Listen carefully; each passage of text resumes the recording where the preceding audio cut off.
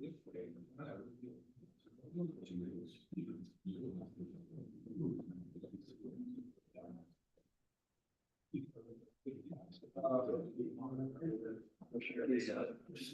evening, everyone. Welcome. We'll go ahead and kick off the January 21st meeting of CRTPO. I'll call the meeting to Brad Richardson from the town of Stallings. I'll turn the meeting over to Neil Burke for the election of officers. Thank you, Mr. Richardson. At this time, we're going to open the floor for nominations for the 2026 CRTPO chair. Mr. Chair. Motion Who received. that was? Motion received from Mayor Knox, second from Becker. Okay, and I was going to make another motion. Okay. Becker, second from Knox for Brad Richardson as chair. Yeah. Thank you, Mr. Chair. Thank you, Mr. Becker. Are there any other nominations for chair? Hearing none. All in favor of Brad Richardson as CRTPO chair for 2026, say aye. Aye. Any opposed?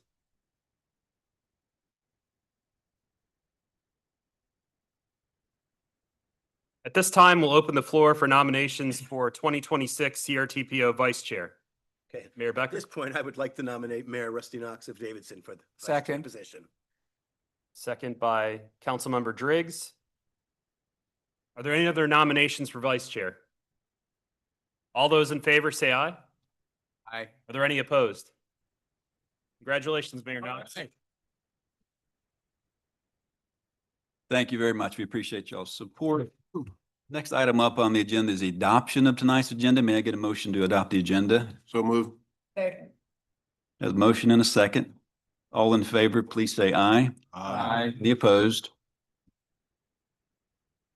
We'll kick off our public comment period. We have 4 speakers this evening. Oh, before I do that, let me just make a comment. We've got brand new board members tonight. We've had elections across our region.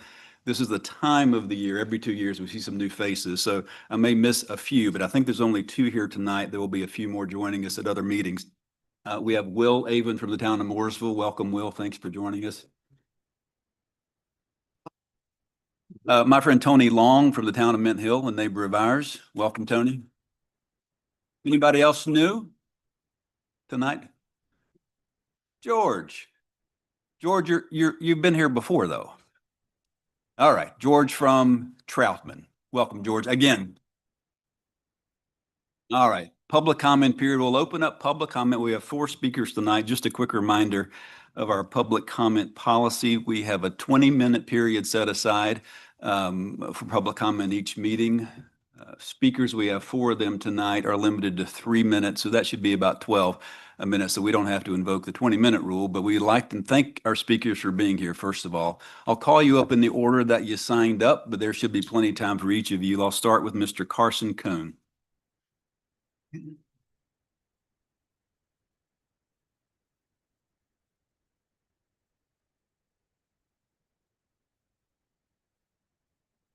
All right. Good evening. I'm grateful tonight to speak before everyone here, all of us so invested in this community's future. In thanking a man who lived the message of equality for all, I wish you all a happy belated Martin Luther King Jr. Day and also a happy new year. At the last CRTPO meeting, other speakers and myself requested a proposal which was popular among peers for the CRTPO to consider an alternative to the previous options for I-77 express lane expansion. The proposed underground alternative would create as much, if not significantly more, roadway for usage as could any of the previously proposed plans. I do sincerely applaud NCDOT and all of those involved in the drafting of the original options. I regret not bringing the idea forward earlier, but it had not yet come to my attention. Nonetheless, it is imperative that we now proceed cautiously, as would be necessary, with reaching out to those involved with Boston's 8 to 10 lane Big Dig project and any similar projects to determine the feasibility of such a project being conducted here in the Charlotte region. Two things before I go, please. I ask that those in the audience show up for the next CRTPO meeting, which is February 18th at 6 o'clock. And lastly, to the board, we are served by you all, our elected officials. I ask you tonight, has there been any outreach to the city of Boston or any municipality that has undertaken a similar project regarding what could be done underground here in the Charlotte region?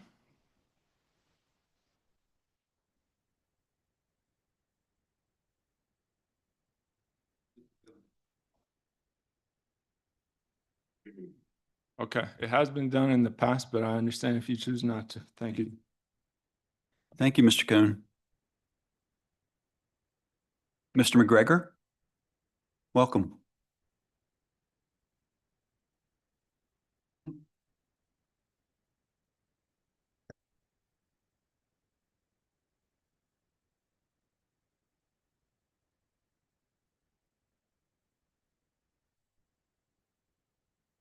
Good evening. My name is Rocky McGregor. This is my wife, Kim McGregor, of 30 years, and my mother-in-law, Cheryl Oliver. We wanted to come here and speak about the I-77 expansion, and I'd be remiss if I didn't congratulate Chair Richardson as well as Vice Chair Knox and the members of the CRTPO board members. As I mentioned, I'm Rocky McGregor, and I wanted to share with you all very quickly that I want to begin by saying this clearly. The community I represent is not opposed to progress.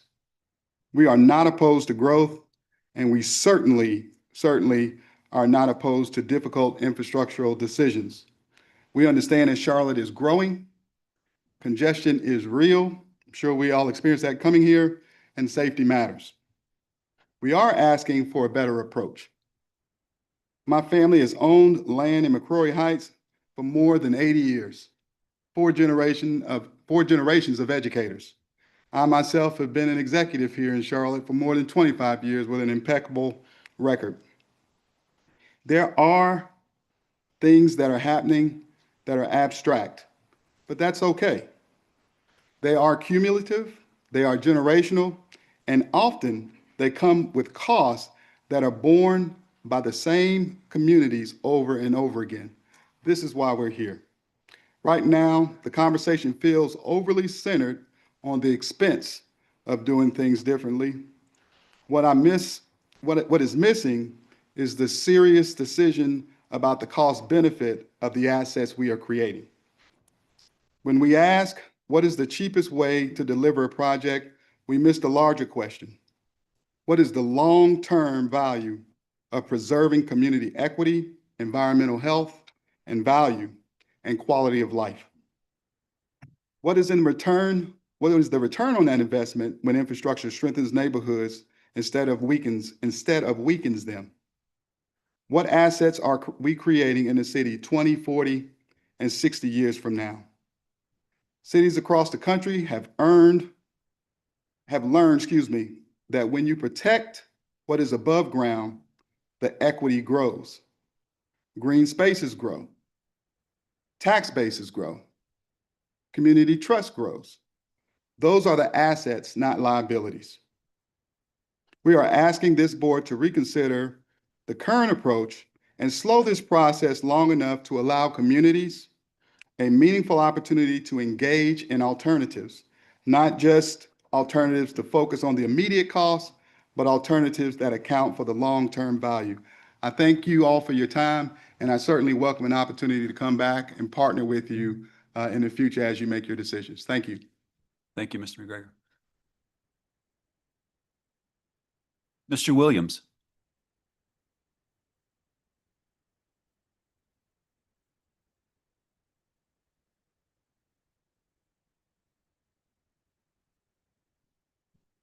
All right.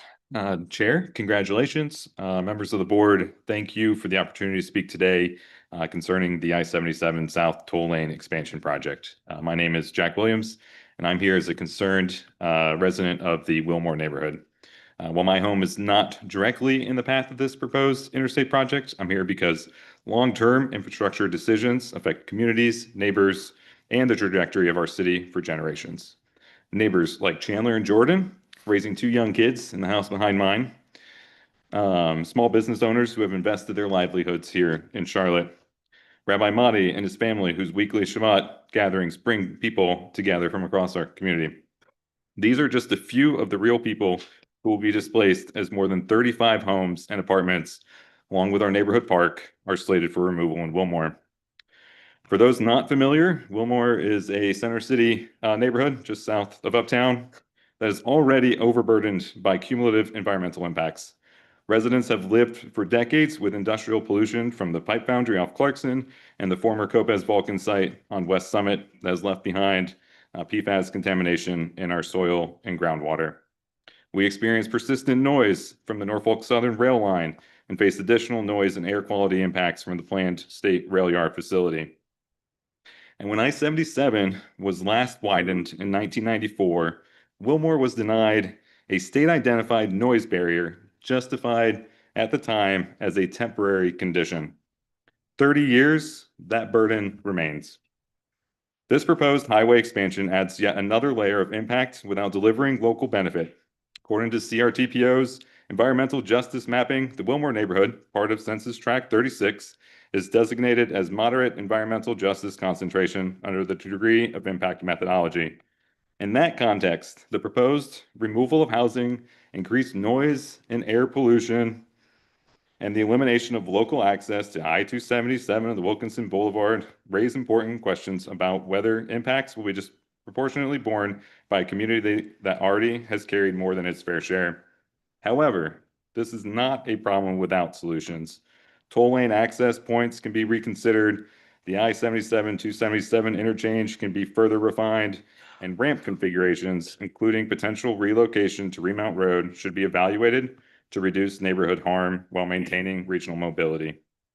Additionally, I urge this board to require community benefits agreements as a condition of project support and private partner selection. CBAs are a proven tool to ensure that design decision, construction impacts, noise mitigation, and long-term outcomes are shaped with the affected communities, not imposed upon them.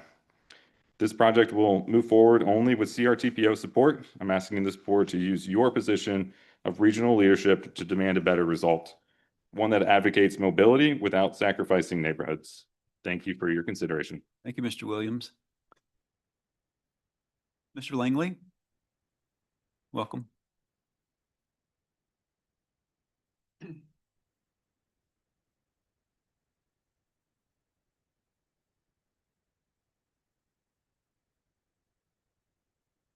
Good evening, CRTPO board members. I'm a resident and president of McCrory Heights Neighborhood Association.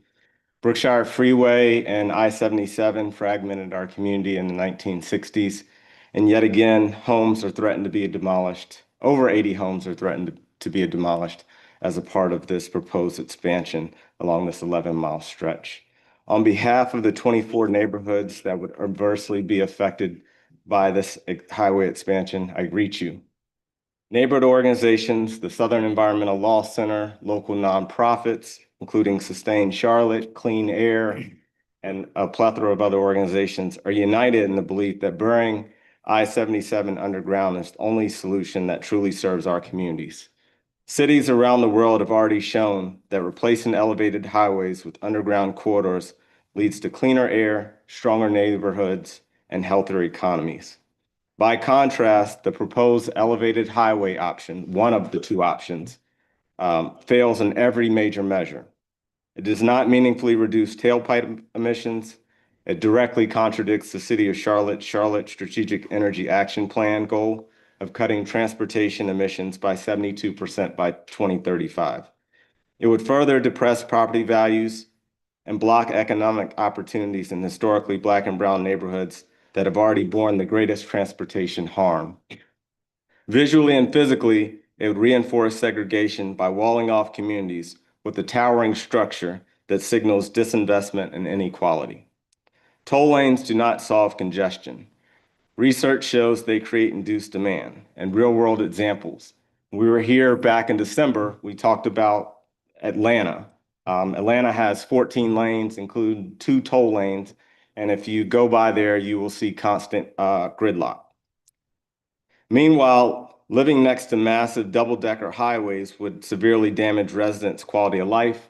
It would increase our pollution, noise, and serious health risks. Most importantly, an elevated highway cannot repair what highways broke. It will not reconnect neighborhoods, restore walkability, or heal decades of displacement and division. We are happy to talk to any elected official or elected officials that seek to advance equity and restorative justice. Please reconsider another alternative. Thank you so much. Thank you, Mr. Langley. If the board would indulge me for just one moment, particularly for our new members, I would ask Councilmember Driggs, our Charlotte rep, to just spend a couple of minutes describing some of the things we talked about. You heard just a moment ago, sort of about the roles and responsibilities of our board versus the state. That might be helpful. And Ed, would you mind doing that for just a moment? Thank you, Mr. Chair.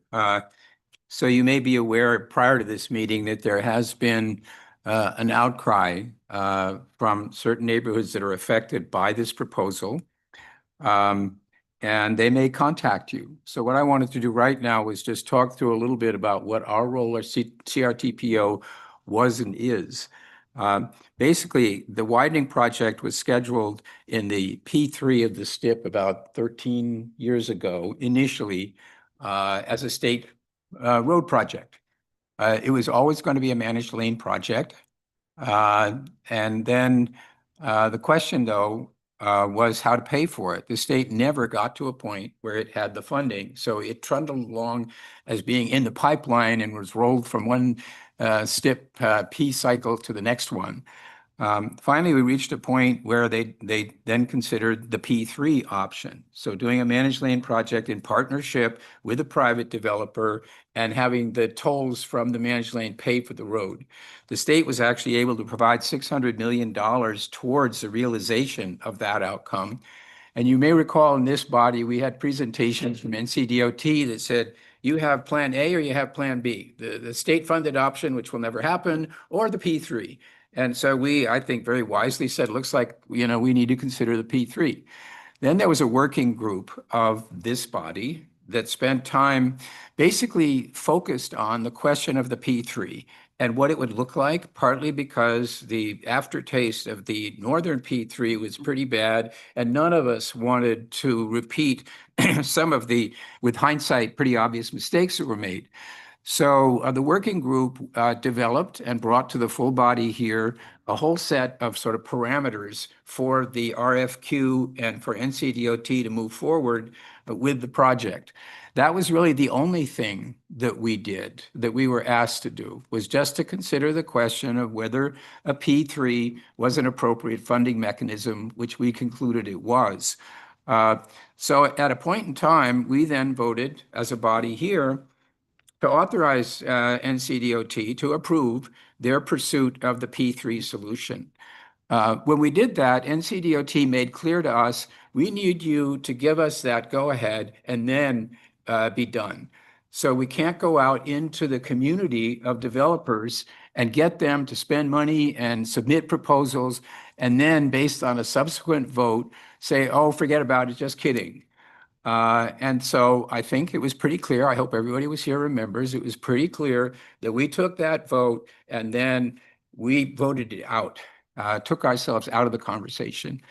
What NCDOT then did is what they are required to do by state law, and they had waited until they got the go-ahead from us in order to really move ahead, but they then started with the process of community outreach.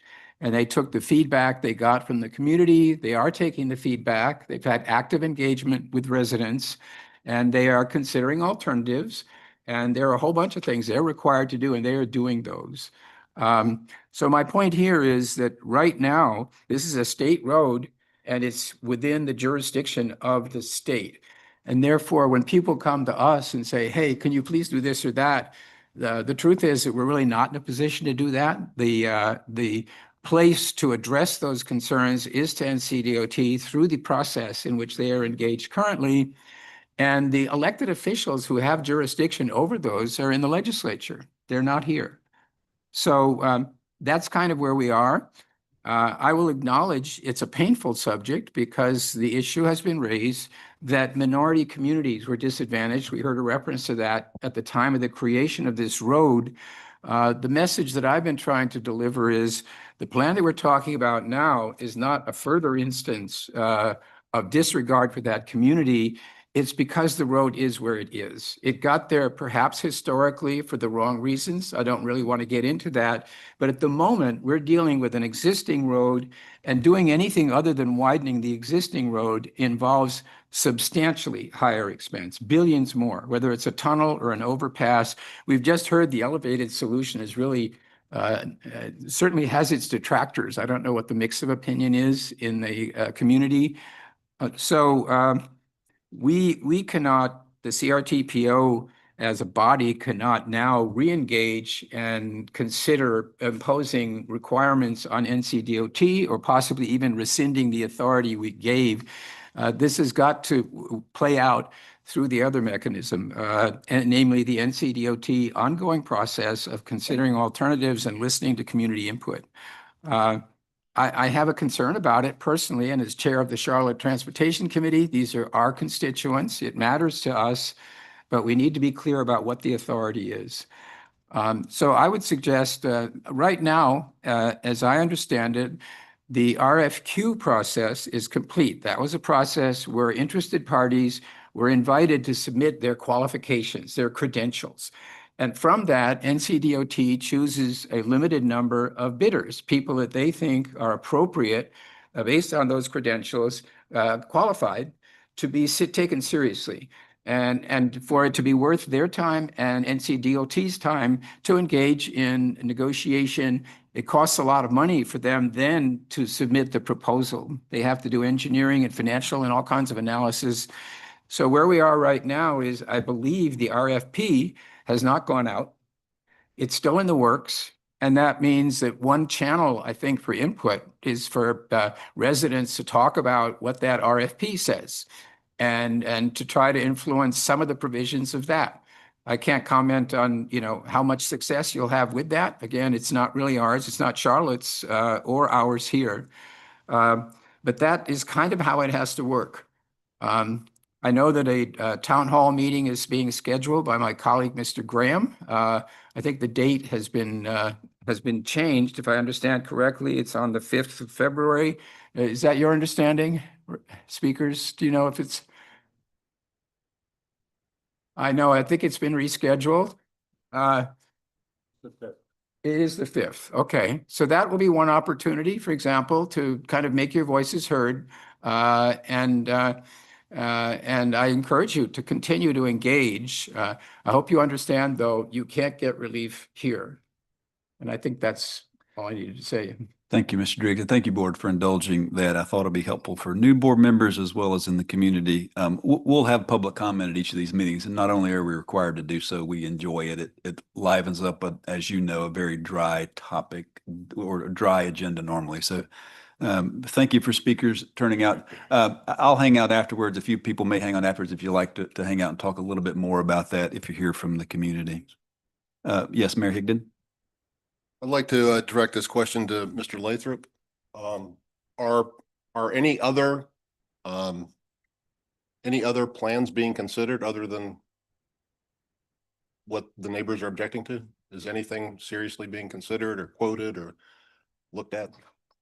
And I am going to follow through.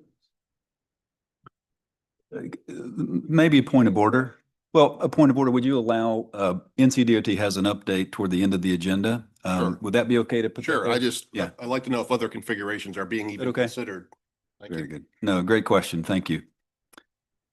All right, we'll close the public comment period now. Thank you for indulging me. Neil, I'll turn it over to you for item number 5. In accordance with the State Government Ethics Act, it is the duty of every board member to avoid conflict of interest. Does any board member have any known conflict of interest with respect to any of the matters coming before the board today? If so, please identify the conflicts and refrain from any participation in the particular matter involved. Item number 6 is our consent agenda. I'll be seeking a motion in just a moment, but the two items are approval from last month's or November's meeting minutes and the 2026-2035 TIP amendments in your agenda packet. May I have a motion to approve? Have a second. Have a motion and a second. Can I have a vote? All in favor, say aye. Aye. All opposed? It passes. Thank you. I'll turn the agenda over to Rich Denbo with Cambridge Analytics, who's going to talk to us about our staffing and resources study that's been ongoing for the better part of 2025. I served on a task force along with Commissioner Qualls on this, so I'm anxious to receive an update and know you will be too. Welcome, Rich. Great. Thank you, Mr. Chair. And thank you, everybody. I'm glad to be here. I'm going to talk about something that's is more behind the scenes than a lot of your topics here. It's staffing within the MPO, within CRTPO itself. So I'll get into that a little bit more. All right. So the CRTPO has undertaking a staffing study to ensure to look at CRTPO staff and ensure a few things that are really important to the future of the organization and the ability to deliver good technical analysis. So the purpose at a high level is to ensure that the MPO has the staff resources that are adequate to exceed federal and state requirements, all the things that they are required to do and deliver, and then to meet the needs of the CRTPO members. So as you meet and make decisions, how best are they able to meet those things? And why are they conducting this study? So this is not a requirement for MPOs across the country. It's not a core requirement in federal law, but it is something that proactive MPOs do from time to time to make sure that they're on the right track, to make sure they deliver the right services. So there are a lot of things happening in this region that have led the leadership of the staff here to conduct the study. The first is the growth in the work program and all the things that come before you and all the things that happen behind the scenes and all the responsibilities. There are changes to the federal transportation program that we've seen over the past few years in general. And then a lot of the new initiatives that have come before this board currently and in the past 2 or 3 years, including Beyond 77, Connect Beyond, the new Safe Streets for All grant that will be starting or is starting, and then the RAISE grant, and a whole bunch of other things related to that.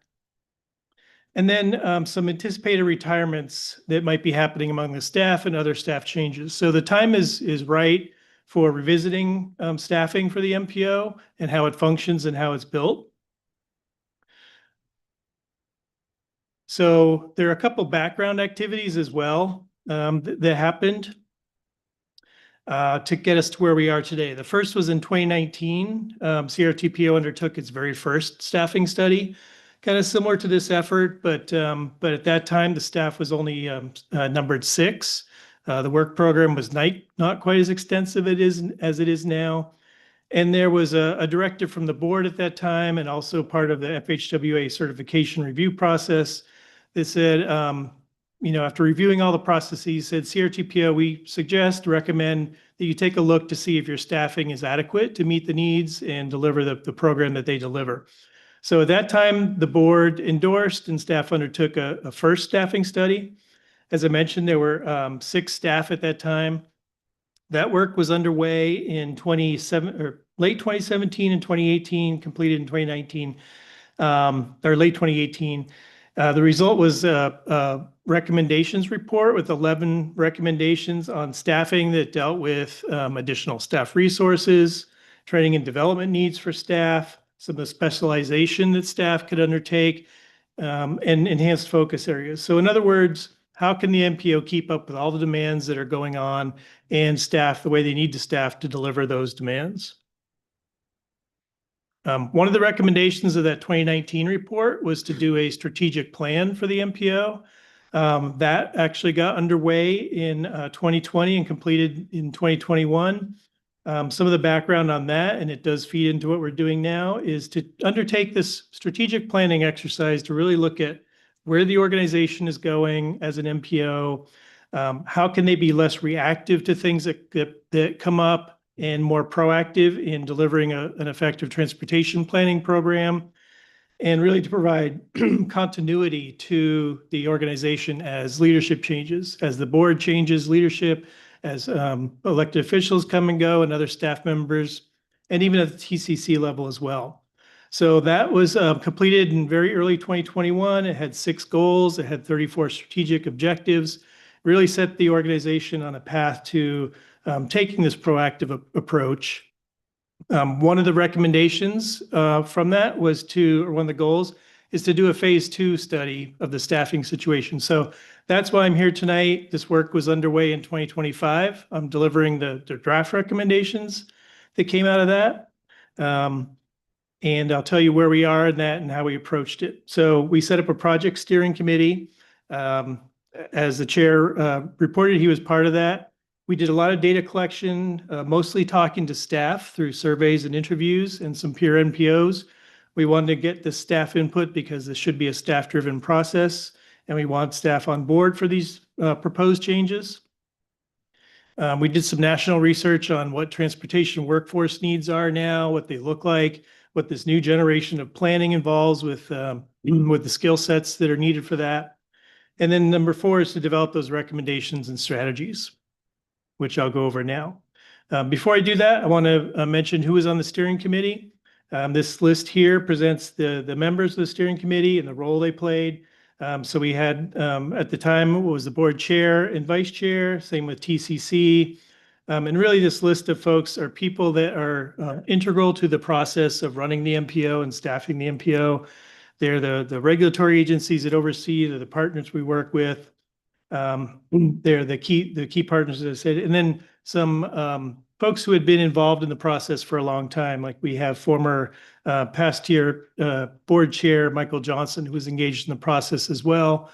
He was involved in that initial staffing study I talked about and the strategic plan. So really wanted this steering committee to weigh in, to engage with us as we went through this process, provide some strategic thinking, some input to that, and really review and validate the recommendations we came up with. So they met 4 times in 2025. The last time was in late November. They've seen the draft recommendations that I'm about to present to you and had some fine tuning and tweaking of those. But I did go through this group of folks as well as the staff here. So before I get into the recommendations, there are 8 of them. I want to talk about some of the takeaways from that upfront work we did in talking to the staff and in talking to the steering committee members and peer MPOs. I want to just kind of emphasize that we weren't doing this study to fix anything that's broken. We're doing this study to really build on the strengths that have been in place for quite a while and make sure the MPO builds on those and is prepared for the future and what those changes might bring. So I just have some points here I'll go through real quickly.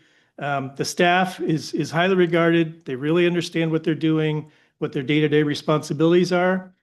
We did find that there is a little bit of ambiguity around some of their roles and how those roles are dependent on each other. Nothing unusual for an organization of this size or any organization really, but a desire and a feeling that we should address those in this staffing study. The staff skill sets are very strong. You've probably seen that here from presentations and engagement with staff. We did identify, though, a couple of gaps in the skill sets that, looking forward, probably need to be filled at some point. And those are things like GIS and geospatial analysis, some of the engineering functions that the staff undertake, and some of the emerging planning areas that MPOs are addressing across the country in regions such as the Charlotte region. For satisfaction and culture among the employees, A+ here, we found that it's a highly positive workplace culture, strong support for management and collaborative environment. So again, building on the strengths that are already in place was a key goal in undertaking this study. And then for professional development and career paths, there was a desire as staff progress in their careers to stay within the organization, to see a pathway for advancement and advancing their careers and learning the skill sets they need. So all of this came out of the interviews and one-on-ones and surveys with the staff here and with the peer MPOs we looked at across the country. So this is what the structure of CRTPO looks like. This is kind of behind the scenes of what happens to bring these meetings and all the analysis that goes into meetings to place.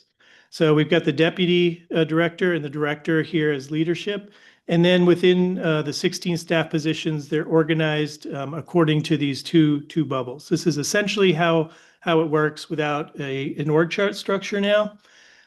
It's working great. As I said, there's a lot of strength in this organization, but there is this desire to maybe make this a little more structured, a little more informal, and create some of those career pathways. So the first recommendation really gets at that, and that is to adopt a two program manager model for staffing with a long range and a short range program manager. What does that mean? I'll show you in a minute with an org chart.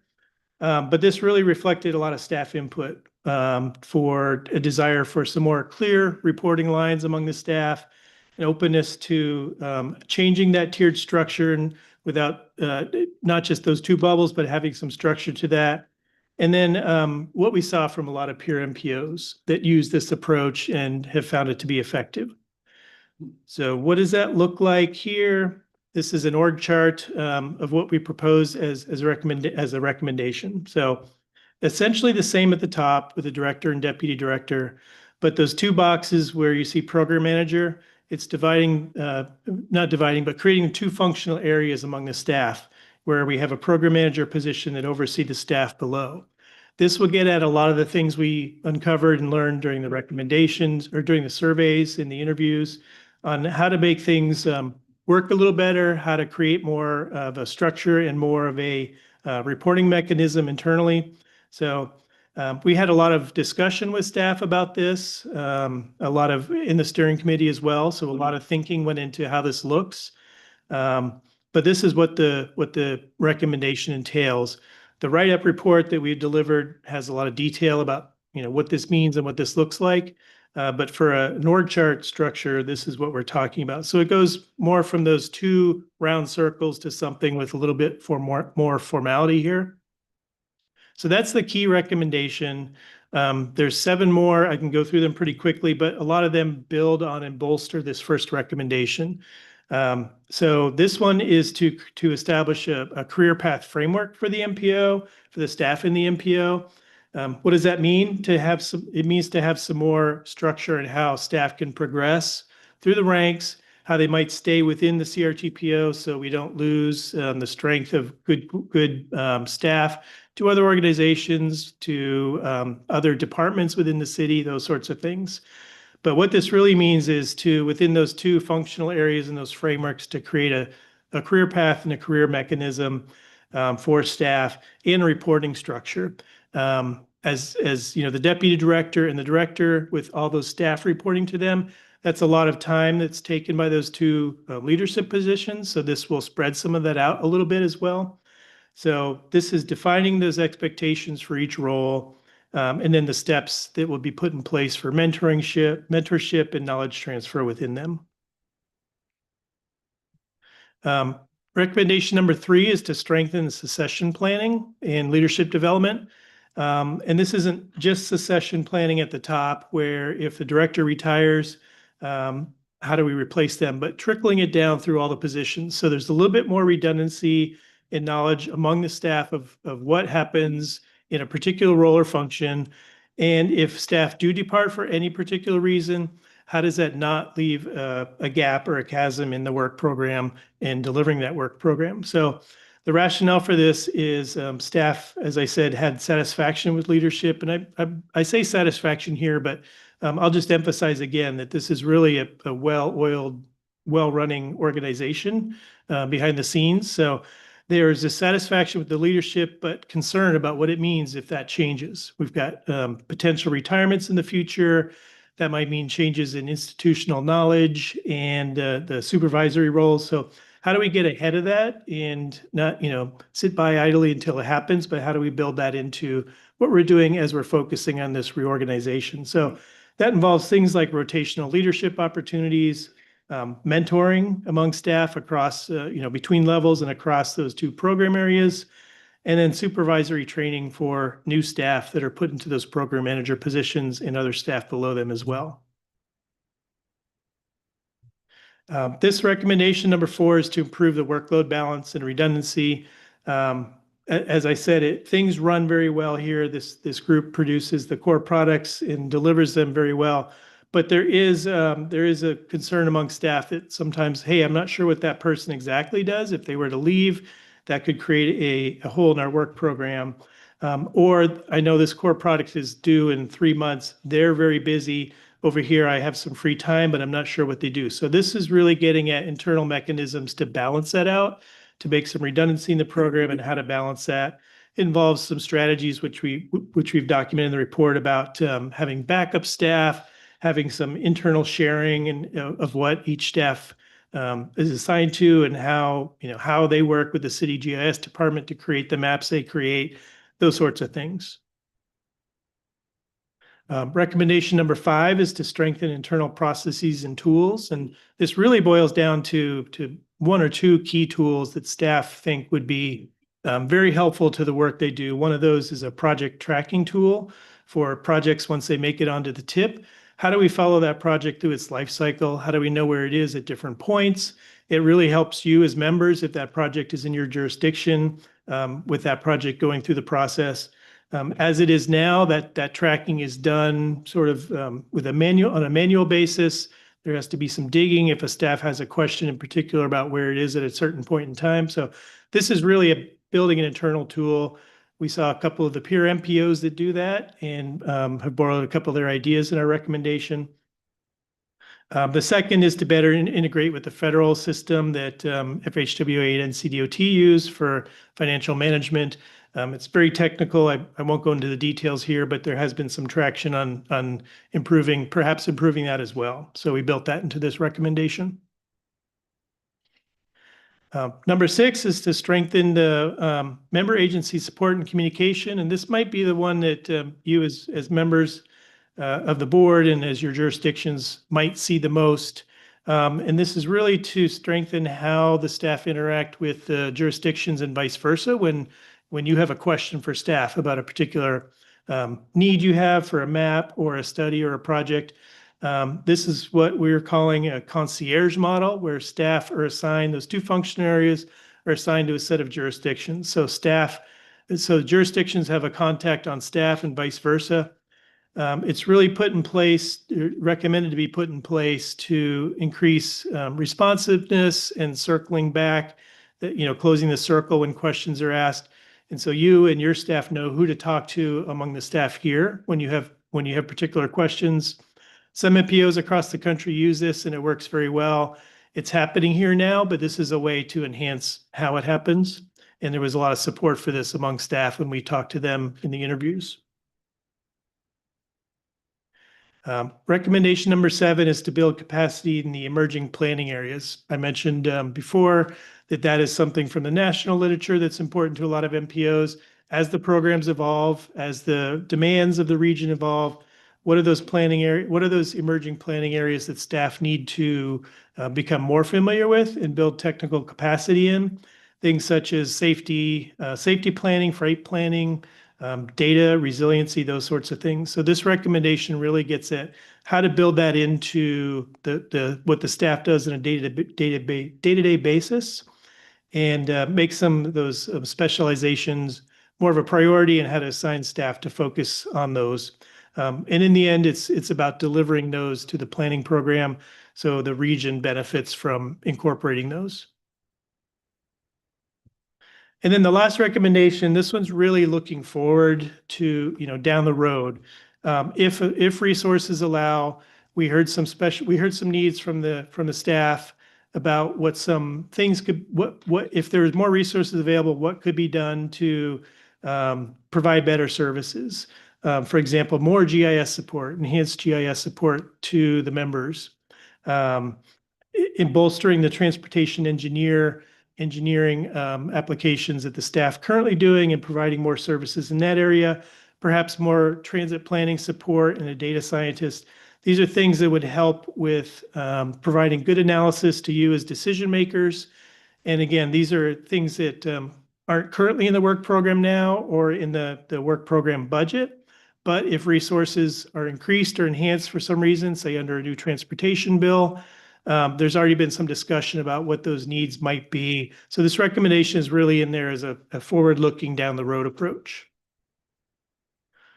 So those are the 8 recommendations in the report. They were provided to the staff and the steering committee in late November, reviewed as drafts. We fine-tuned them some to the versions I presented here. We've developed a recommendations report with detail around these and provided that to CRTPO earlier this week. That will go through a review process and some fine-tuning further. But that's the gist of what we've undertaken with this study.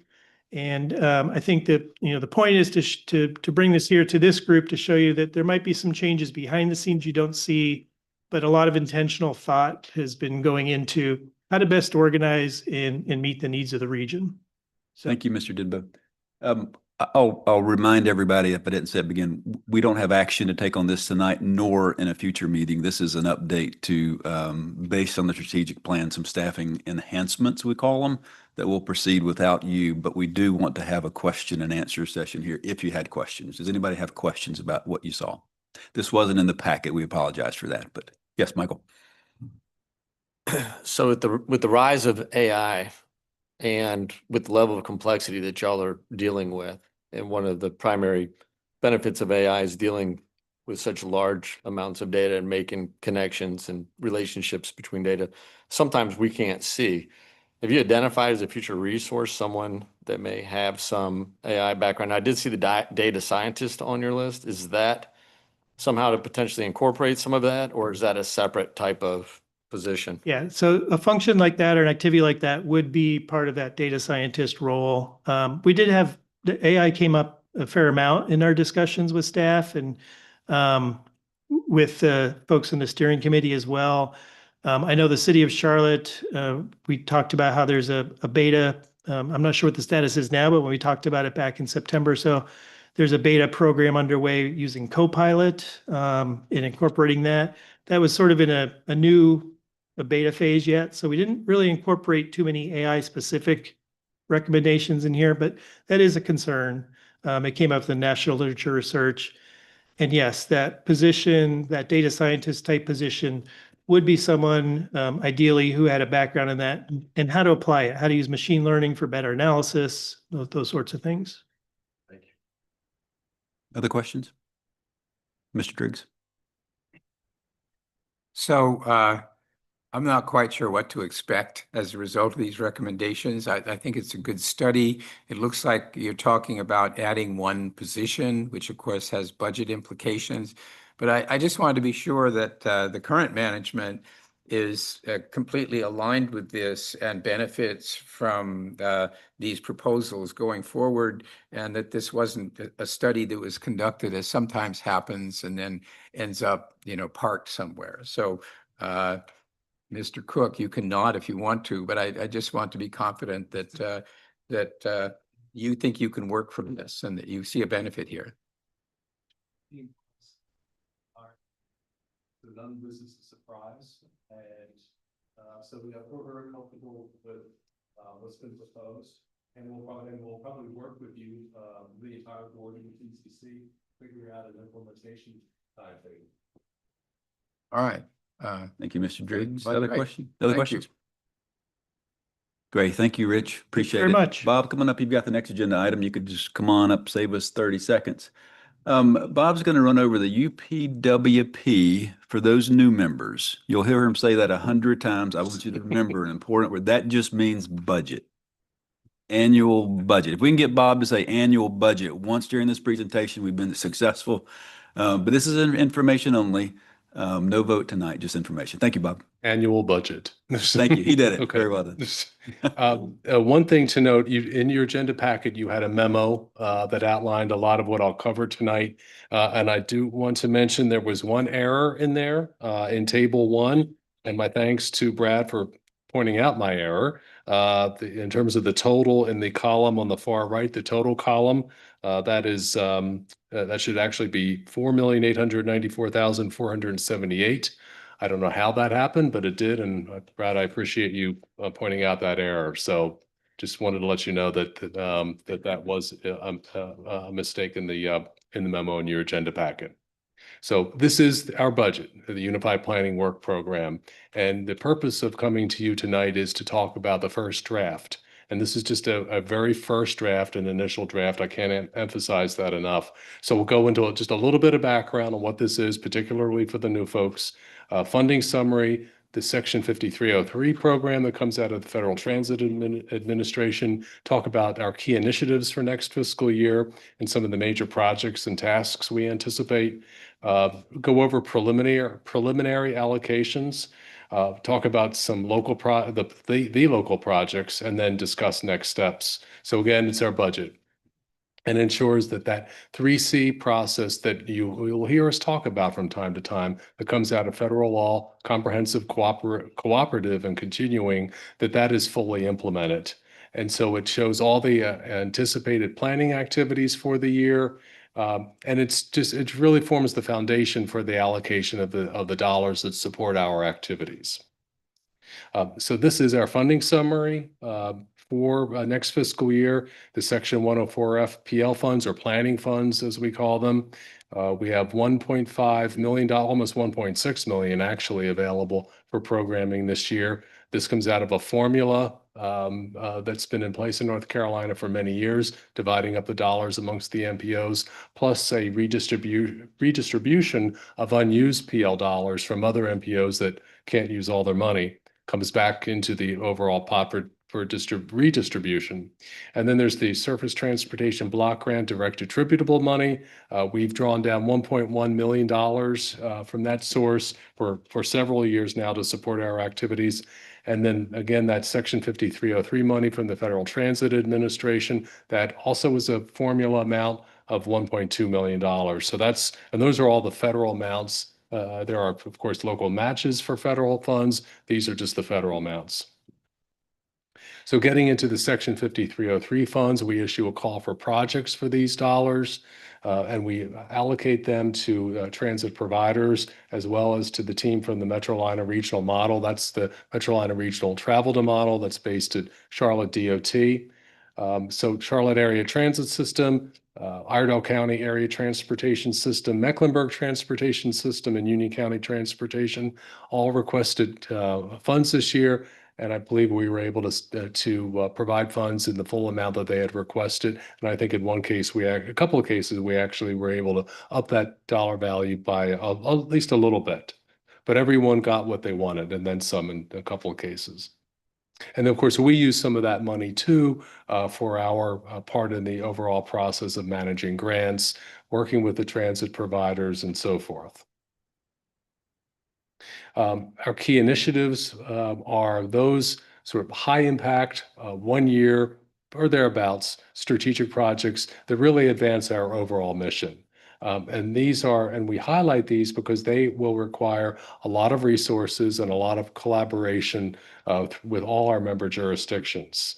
And so what we're looking at for next year is transit planning. There will be a lot going on in transit planning in this community because of the establishment of the new authority, but there's just a lot happening overall with performance-based planning. You'll hear a little bit later on tonight.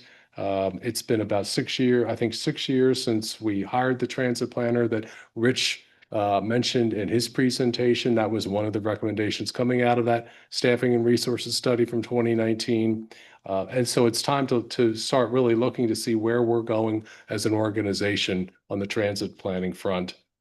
And then the comprehensive safety action plans, that's coming out of that Safe Streets and Roads for All grant that we received. Work is starting on that now. Finally, it's getting underway, and that'll be a big initiative for us as an organization, not only for the remainder of this fiscal year, but certainly going into next.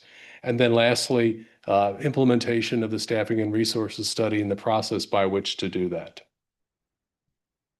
And then some of our major tasks, some of those core tasks that every MPO has to take on: development of the Transportation Improvement Program, public involvement, and then also our discretionary grants program. And then some of those more supportive tasks are with the SEAM, the multi-use trail from the state line up to Statesville, roughly paralleling the red line for a good distance, the Beyond 77 initiative, and the strategic plan. You might remember that we approved an update to the strategic plan at the November meeting. And then another thing we're looking at taking on next year is that the Section 5303 money we received this year, there was a spike in that because of that redistribution aspect of how that dollar amount is developed each year. And so we are proposing to use some of those additional 5303 funds for a Complete Streets initiative. The good news about that is there's no local match required when you use dollars for Complete Streets projects.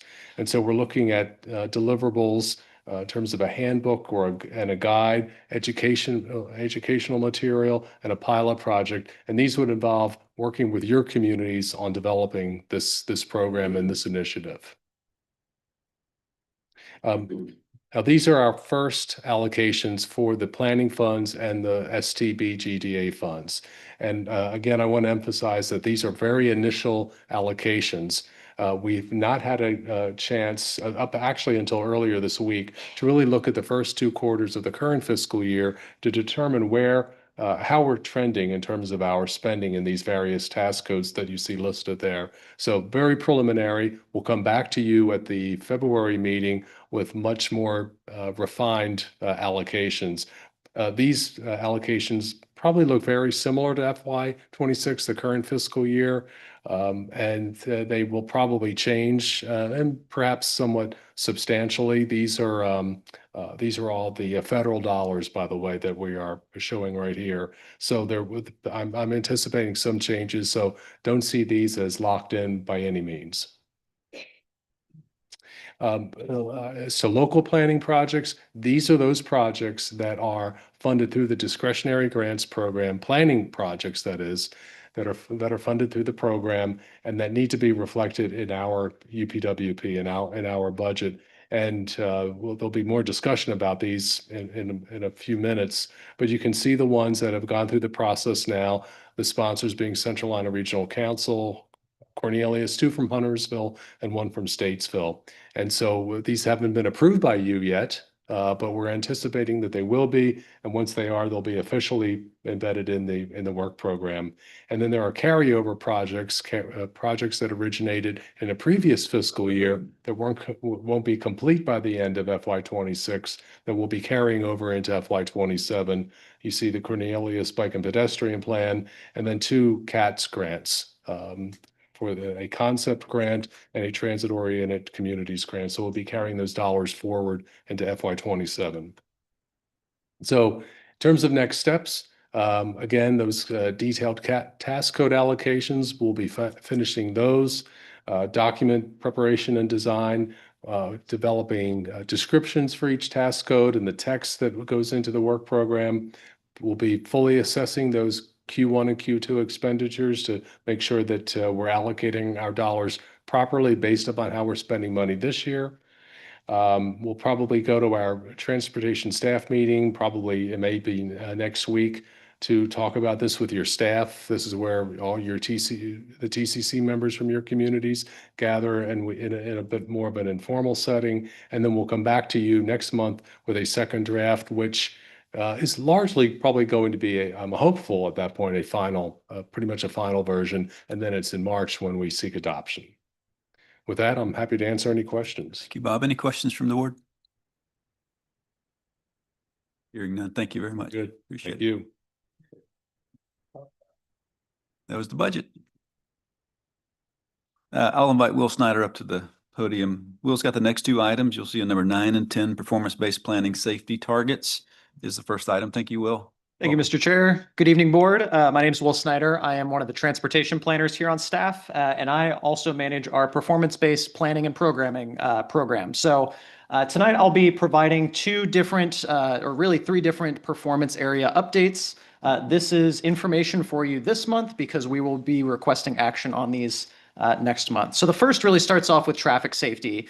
And if you've been with the board for some time, you know that this is an annual process that we seek from you all to essentially adopt and approve the targets that are set by NCDOT at a statewide level. But I'm going to take a step back and talk a little bit about performance-based planning and why it's important. So we are responsible to coordinate with our state partners as well as our area transit providers to collect and set and report and maintain performance-based targets. And this is baked into several of our core products. This includes our Metropolitan Transportation Plan, which upcoming in March, we will be seeking adoption of.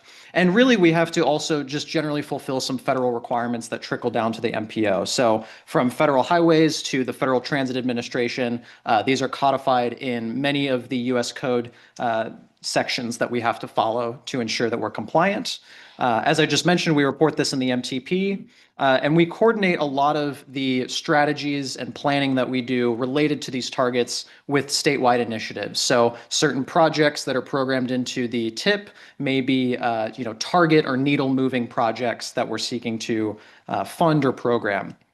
And then generally just demonstrates the value and necessary investments in transportation. If you work in the private sector, certainly performance management and performance tracking and KPIs and all those buzzwords are very important for ensuring transparency and progress. And so you can think of that as one of the systems we do in an MPO.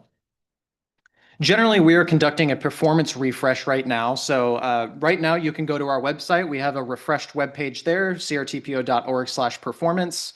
But we are also working with our transit partners to refresh some processes for how we collect targets. We're working with our partners at NCDOT and Federal Highways to ensure that we truly understand our position and that we're communicating and educating what our role is on collecting roadway targets. And then beginning in July, we will be looking at non-federal KPIs. So again, key performance indicators is what that stands for, really focusing on outside of our federal requirement, what can we track to measure success? So the type of investments we're making, the type of internal organizational progress we're making, maybe relative to the strategic plan. We'll be workshopping that and figuring that out and publishing some sort of system on our website to be able to easily report that and track that. And then beginning in early 2027, let me actually take a step back. Later this year in September, Congress will be seeking the next federal reauthorization bill. So that is the bill that essentially sets the transportation funding over a 4-year period that is appropriated by Congress. And so we can expect that in September. Typically, those bills come with changes to or affirmations to existing performance-based planning requirements. So we have to be able to be prepared, be compliant today, and then make ourselves flexible for those changes come September-ish, assuming we're on that timeline. So tonight we're going to be talking about a set of highway performance measures, and that is traffic safety. There are 3 different performance measure areas that we maintain and work with NCDOT on, though. So traffic safety, also called PM1. PM2 is pavement and bridge condition. So that's maintained by the state and reported to us. And then there is PM3, which is system performance. So how reliable is our transportation network? How reliable is our travel time? And so PM1, traffic safety, we have to annually approve as an MPO. And this is again required by the Federal Highway Administration. And through a federal program called the Highway Safety Improvement Program, states must set targets and strategies towards reducing serious injuries and fatalities on our roadways. And so NCDOT does this through what's called the Strategic Highway Safety Plan. Within that plan, they are setting those targets and setting those strategies, and MPOs within the state must either affirm those targets or set our own targets. And I'll talk a little bit about how we've historically done this and how we've codified safety as an MPO, but some steps that we'll be taking to actually create more of a regional target based on just some findings and some parts of the CSAP study that Bob previewed as part of our UPWP earlier. So in addition to that, we also have to agree to program projects to advance roadway performance. So the resolution, the action that we will be requesting from y'all in February is in your packet, and that really harps on ensuring that we're programming projects. And I want to make a couple references in your agenda packet that may make this information a little easier to understand. So this all starts on page 25 is the memo that explains this, the CRTPO memo from our position, and then also explains NCDOT's process for setting these targets and goal setting on page 20. I said 25 earlier, 27 is the NCDOT memo. So you can see on the green column our calendar year 2025 targets set by NCDOT and approved by the CRTPO board around this time last year. and the achievement status on all of those targets is not met. And NCDOT has information in that memo about why those targets are not met. But essentially, our crash rates in North Carolina are rising. We are losing lives and having lots of lives permanently altered by serious crashes in the state. And so at this point, the targets across these performance areas have not been met. And those performance areas are number and rate of fatalities, number and rate of serious injuries, and number of non-motorized fatalities and serious injuries. Essentially, folks outside of a vehicle, pedestrians, bicyclists, folks that are, again, not in a single occupancy vehicle. The blue column there, this calendar year 2026 target, are the sets of targets that we will be seeking approval of for this calendar year. And this has to be completed by the end of February so that NCDOT can submit our approval and all of their targets to federal highways as part of our federal requirement. And so I can read those off. The calendar year 26 targets, number of fatalities we'll be seeking to reduce by 46.3. The rate that reduces by 0.04. Number of serious injuries, reduce that by 103, 104-ish. Rate of serious injuries, reduce that by about 0.1. And then number of non-motorized fatalities and serious injuries, reduce that by about 16. Mr. Okay. Schneider, hold one second. I got a question for Mr. Driggs. Yes, sir. So I'm intrigued by not met. It might be helpful to know what the actual numbers were, just so we can get a feel for how far. I mean, what were the fatalities in actuality? Yeah, I have a different presentation, not with me right now, that does count those numbers for 2020. It's reported on a fiscal year. So 2024 was the data set that has that information. So I can provide that to you, but I don't have that information in front of me right now. So as we set a target for 26, I think it would be helpful to know, what the outcome was, from which we're hoping to get to that number of 1057. So maybe if you could have that for us or give us some basis to know how aggressive a goal that is, that would be helpful. Yeah, absolutely. Happy to provide that. Thank you. Thank you, Mr. Driggs. Recognize Mayor Higdon. Yeah, this is just a comment. I think I make this comment every year, but I find it ridiculous that we want to have a goal of 1,057 fatalities. That's it. I mean, that's, our goal should be 0 Agreed. fatalities. And I don't know, I know that's how it's done and it's the methodology, but I just, it seems ridiculous to me that we have targets that we want to have this many fatalities. We want to have this many injuries. That's our goal. Our goal should be 0 for all of these and really should be focusing more on the improvement. I like that column, but the state, we have a goal of 1,057 fatalities is just, it seems kind of ridiculous to me. I don't know. And Mayor Higdon, to respond to that, I actually quote your quote every single year. That is the impetus for, in a couple of slides, I'm going to talk about that $3 million study that we're looking at. That will be my role to make sure that we are seriously setting targets and being seriously transparent about this process. I agree. Yes. Recognize Mr. Driggs and then Mr. Becker. So I agree with Mr. Higdon that it would not be a cause for celebration if 1,000 people are killed on the road. The problem with our Vision Zero program, and I think, John, with what you're saying is, if we don't look at the reality of the fatalities that are occurring and establish accountable targets for an improvement, then there is no accountability. So that's the concern I have with Vision Zero too. I mean, I think our goal should always be 0, but we should also have, let's say, a timeline along which we want to progress towards that goal. Or the same with the tree canopy. 50 by 50 is not attainable, and it means that we don't have that accountability. So I just want to mention that. I think there is value in having a target that's ambitious while acknowledging that we want to get to 0. Mayor Becker? Agree, Councilman. Thank you. Should like reading the table script, Yes, sir. the 1103 and 1057 tallies, that's a statewide total. Am I correct? Correct. Yes, sir. It's not the MPO region, which thankfully is low, but still. Correct. And I'm going to talk about some changes that we'll be proposing as part of our comprehensive safety action plan. That's one of the faults, I would say, to this process is historically it is procedural. We are approving something that we're not setting. And there's lots of opinions, lots of analysis that points us to setting regional goals, setting regional strategies, and as Councilmember Driggs pointed to, setting accountability and a timetable to meet those. So we have plans to do that. So I'll talk about that here soon. Thank you. Please, no, please continue. Okay. And again, these are listed in your packet, so more than welcome to go back and look at that table as well. So I'll talk about next what we are currently doing to codify traffic safety in our current planning and programming products. The first is through the discretionary grants program, which many of your communities, if not all, have applied for or have interacted with through Jennifer Stafford on our staff.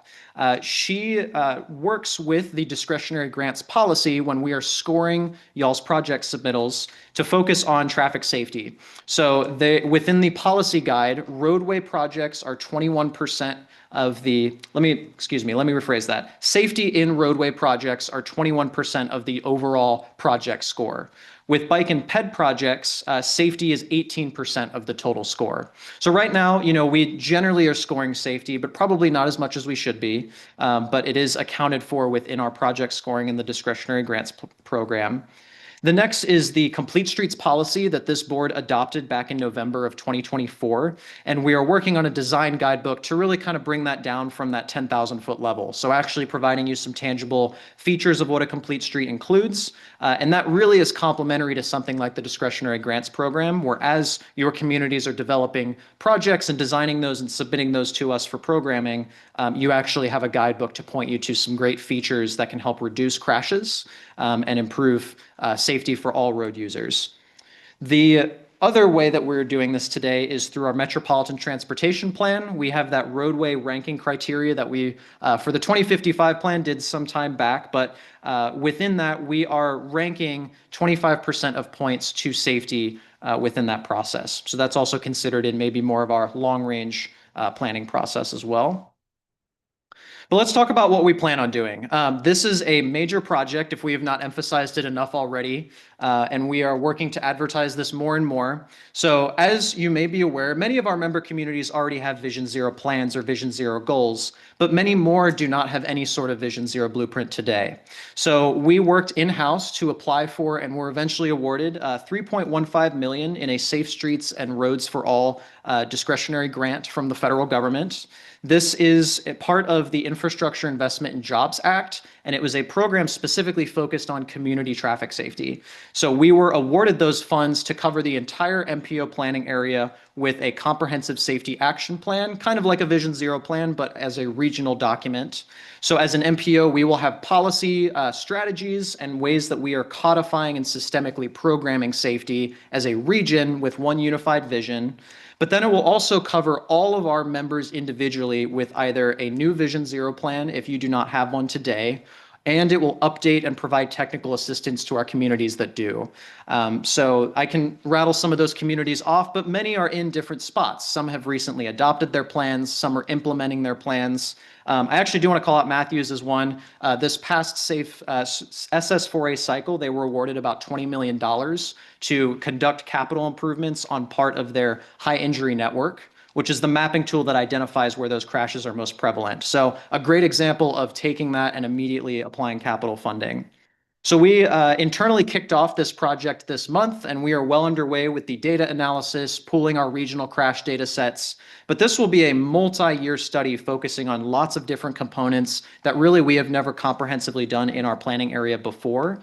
We will be developing a regional high injury network that sets a uniform methodology for how we are ranking and prioritizing crashes. We'll be conducting road safety audits, so actually going out into your community based on the high injury network and walking corridors and really understanding those contributing crash factors. We'll be prioritizing a project list and strategies and really, again, setting some timelines to achieve those. And as I just mentioned, we'll have those local safety action plans that feed directly into the regional document. In addition to that, we will be setting new MPO-specific safety targets. So those targets that I just showed that are statewide, mountains all the way to our coastline and in between, we will really be honing those into a context-sensitive target that is reasonable, that is achievable, and that we can be accountable and transparent to. And with that, plenty of policy review and things to ensure that we are codifying this as an organization. Very exciting work. If we have not really stressed this already, we are extremely eager to get going on this, and we really are underway.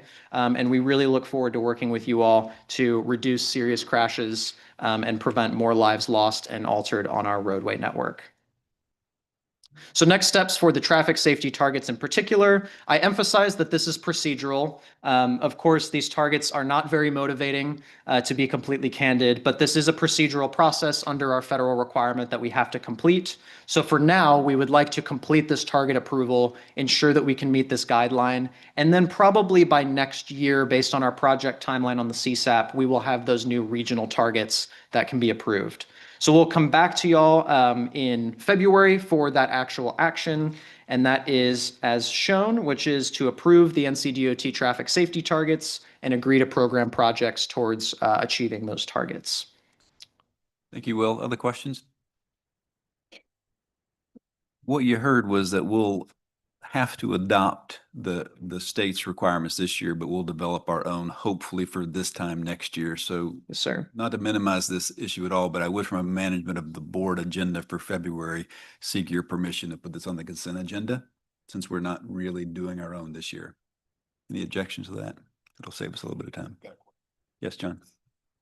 Have we ever met the goals? Not consecutively for ever, I'm not sure, but for the last 5 or 6 years, If we ever did, we have not. Yeah, fortunately. I think it'll be fascinating to develop our own goals. So thank you for that. Absolutely, yeah. You're up next with another one. Yep, I'll roll right in. So this one is now focused on transit performance. So again, part of our federal requirement this time, instead of with federal highways, it's with the FTA, the Federal Transit Administration. And so that basically requires that our providers have to monitor, report, and set targets across many different performance measures and report those back to the FTA. And so as MPOs, we are required to take part in this process. This essentially requires us to either approve those targets that are set by our transit provider partners or develop a regional transit target to cover all of our providers. We opt to do the first option, which is let our providers, they're on the ground operating their systems, setting their targets, in the weeds with their data. We let them set those targets and report those to us, and then we approve them as an MPO and bake those into our Metropolitan Transportation Plan. And then, similar to traffic safety, we agree to program those projects that meet those targets. So these are really covered across 2 blanket areas. The first is transit assets, also referred to as transit asset management or TAM, and that's across 4 different performance measures. So it's rolling stock, equipment, facilities, and infrastructure. Essentially the bread and butter of, as a transit operator, all of your fixed capital facilities and operation, you are tracking and setting performance targets for those.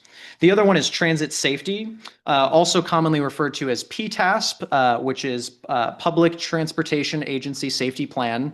And so within that plan, you are setting strategies and targets towards, or setting targets and then setting strategies to meet those targets.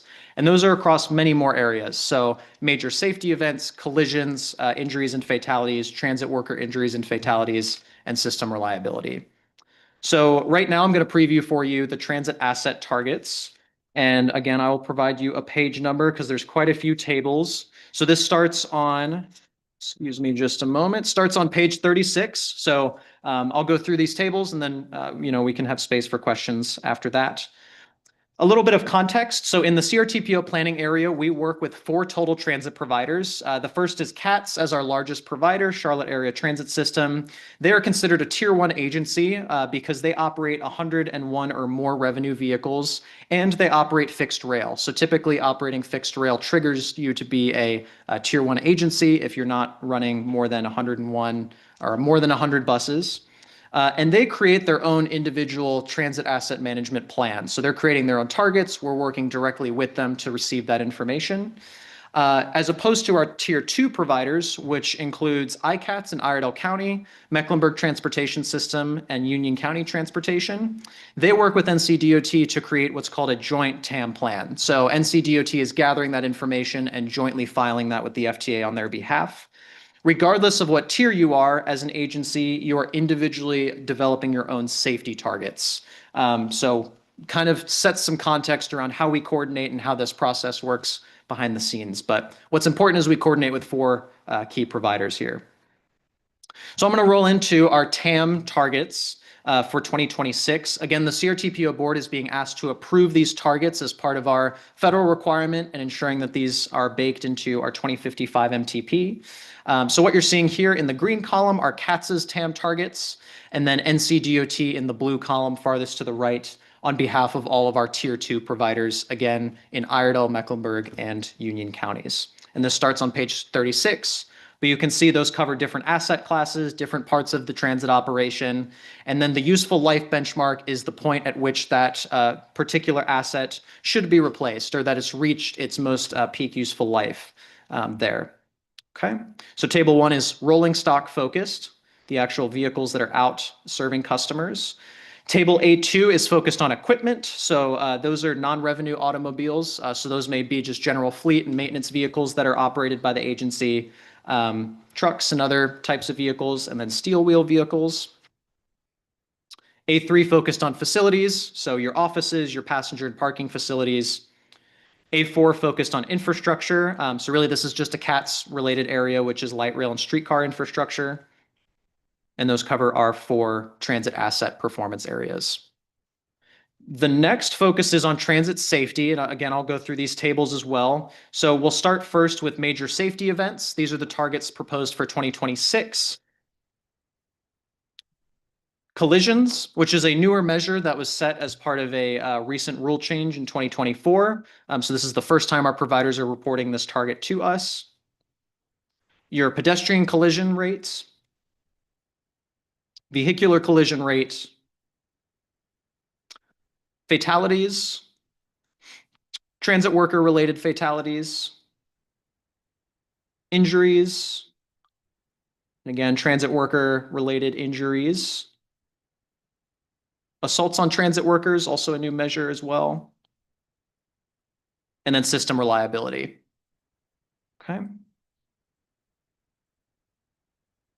So again, those are summarized in your memo, in your agenda packet there. And similar to traffic safety targets, we will be back to you for the February board meeting seeking approval of these. And that is as follows, which is we'll be asking to approve the 26 transit asset and safety targets from each provider and make progress towards programming those within our programming products. Any questions on this one for the board? Mr. Driggs. So you mentioned that there are some new requirements or reporting requirements, or are there costs associated with meeting those? And if so, is it a funded mandate? So what typically happens is as a transit agency, you are setting strategies towards meeting those in your PTASP. So that may be baked into your overall capital plan. The FTA may require you to make certain investments as well, but generally you're laying out the costs associated with that in your PTASP. So I can just tell the board on behalf of Charlotte, we have been under intense scrutiny because of highly publicized events. And I don't know if it's limited to or corresponds to what we're being told here, but we have been inundated with requests for reports, disclosures, and things like that. So this is a hot topic, and I have a feeling that in an election year, it's going to be very political. I asked, in fact, the administrator of the FTA not to let it get too strident, because I think it's harmful to the reputation of the region for us to be characterized as if we were some high crime metropolitan area like Memphis or St. Louis. So just so you know, that's going on. And as far as we're concerned, there are costs involved. We have a lot of staff time that's been devoted to just generating material requested by these reports, thousands of pages. And I think what you're talking about here is this sort of ordinary ongoing process. But I can tell you that Washington has made a whole bunch of noises politically about how it's going to be safer, and this is what you're going to do. So I'm curious to see and be curious to hear from you if you discover that other demands are being made in terms of the goals that we set or the reporting we have to do. Thank you. Yes, sir. Yeah, I would definitely attribute this to a procedural process that we normally do. And those new measures are part of a 2024 final rule that are irrelevant to kind of any current events that was set before that. Yes. So we'll do this one every 4 years, if I'm correct. Is that right? Yes, sir. Okay, so this will go on the consent agenda unless there's objection from the board. Other questions? All right, thank you, Will. Thank you. Another information item only, Andrew Ventresca from the town of Troutman, chair of our transportation No, technical, what does TCC stand for? Help the new chair. Technical Coordination Committee. There you go. Thank you, Andrew. He's going to talk about the discretionary grants program. Again, this is information only. Okay. Good evening, board. Congratulations, Mr. Chairman. We're going to discuss discretionary funds today.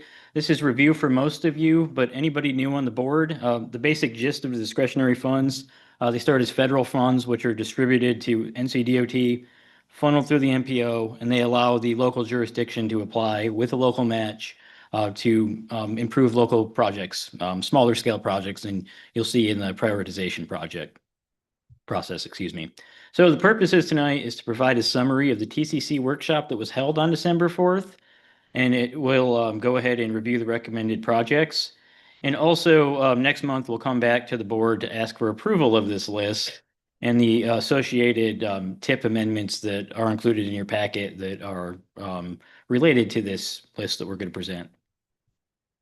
So the annual call timeline of the 2025 call, it's opened up on August 18th. It closed on October 31st. I mentioned the December TCC workshop. This is when the TCC got together and reviewed all the applications and created the list of projects we're going through tonight. January's information report, which is in front of the board tonight. It was in front of the TCC 2 weeks ago. And then again in February, we're going to ask for action.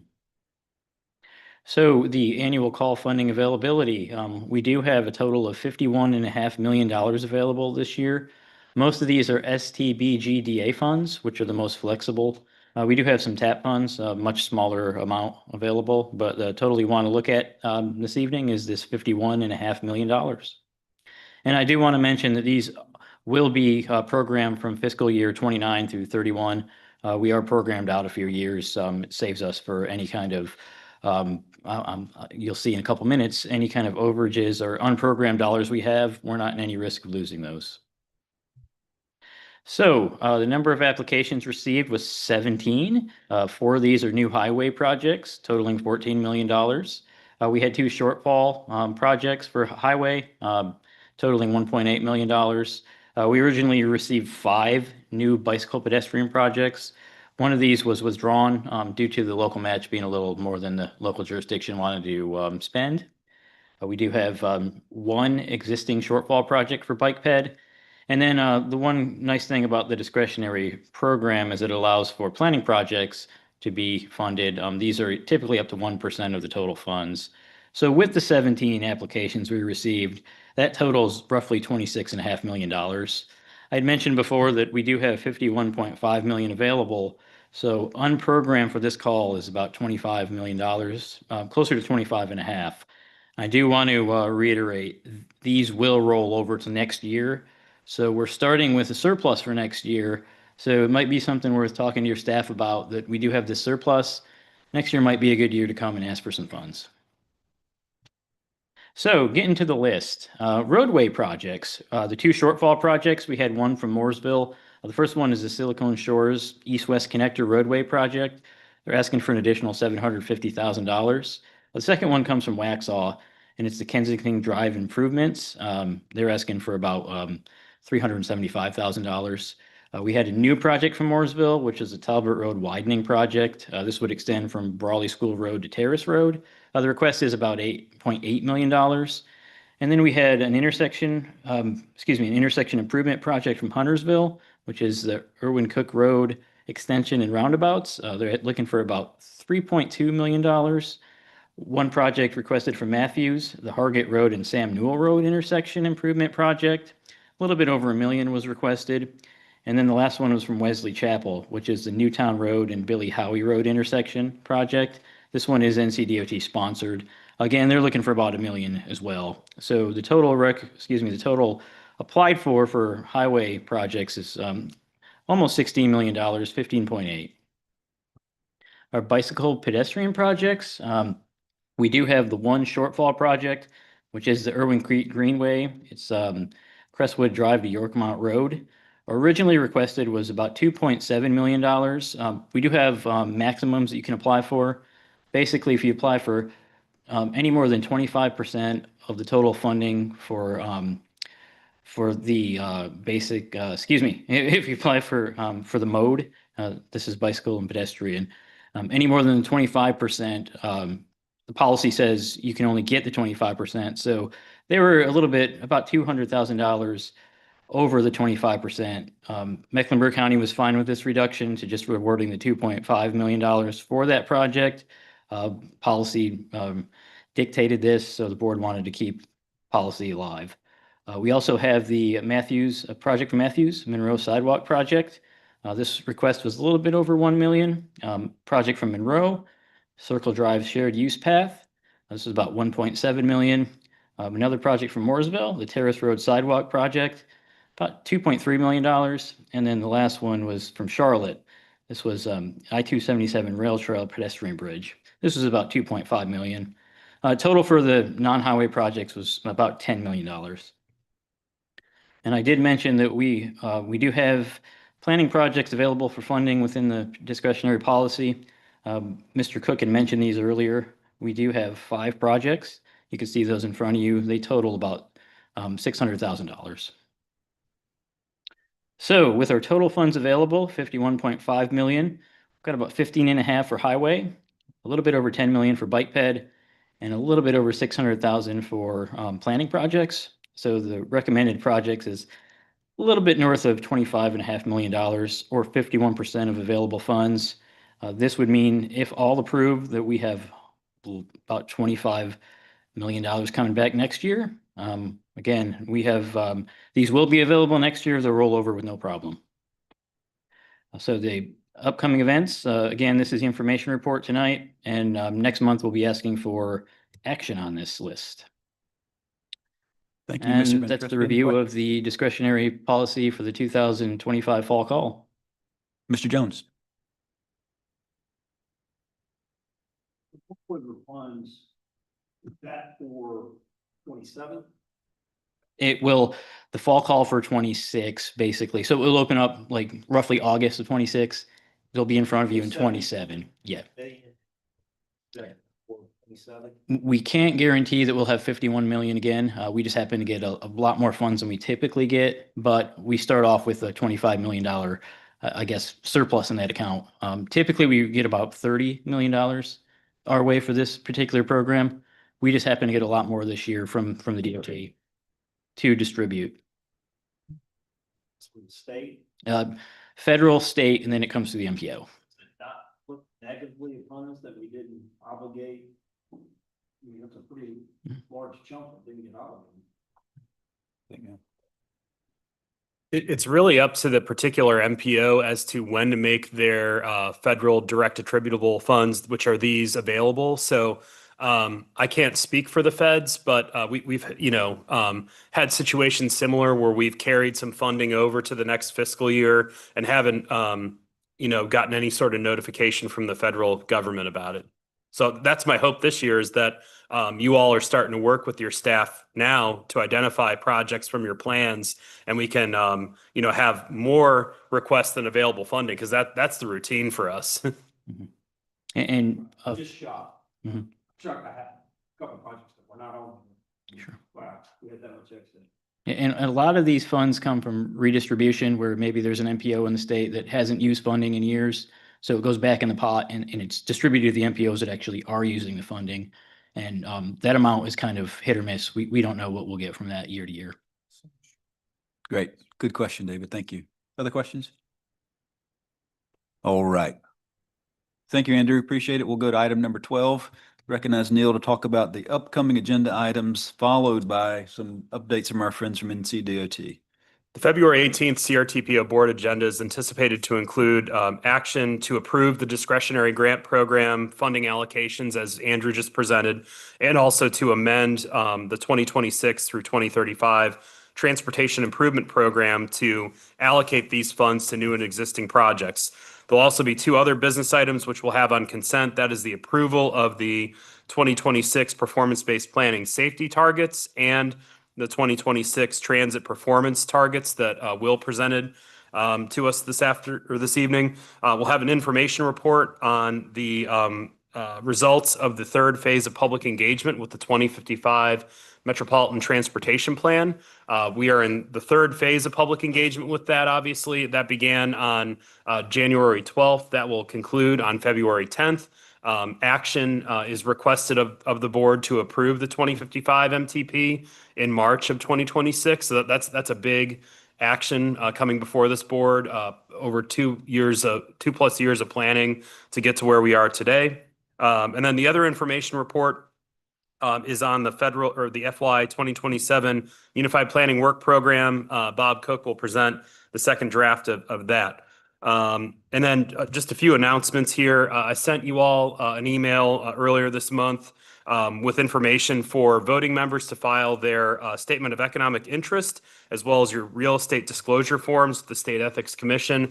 My appreciation goes out to the board members that have already filed these, especially new members. You must file these immediately. So I think the new members that are with us today have filed successfully. So the returning members, you all have until April 15th to get these forms in.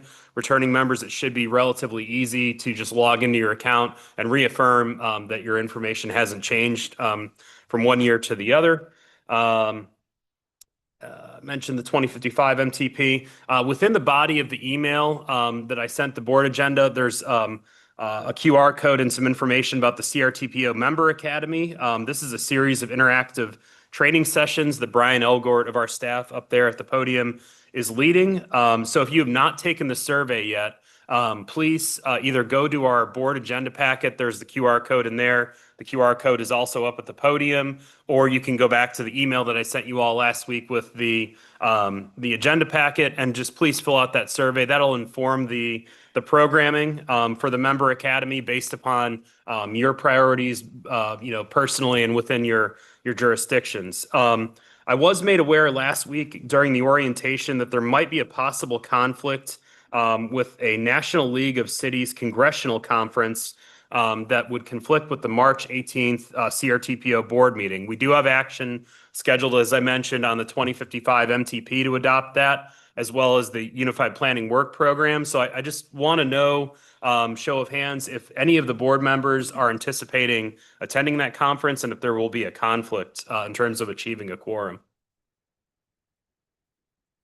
Okay, seeing none, we'll proceed with having our March meeting on the 18th. You might poll the people who aren't here as well today. Okay, I'll do that. And then Bob has a series of staff announcements, and then Merritt will also be playing a video for us. Yes, I have two pieces of good news here. One is I'd like to introduce our newest staff member, Thea Walsh, is sitting over here on my right. She joined us earlier this month in the Budget and Finance Analyst Senior position. This is a new position for us. She'll be supporting Tamika Day with all things grants management and probably a few other tasks as well. That role has gotten incredibly complex over the past few years. And it's bound to get more complex this year. We'll have a new agency to deal with in terms of reimbursements and so forth, that being the new authority. We have the SS4A grant. Hopefully the RAISE grant will get underway. So a lot going on with grants management, and Thea's support will be much needed for Tamika and for all of us. Thea comes to us from the Novant Health Foundation, where she worked as a senior grant writer, and we're hoping to take advantage of those and other skills that she brings with us. So, Thea, welcome. We're happy to have you with us. And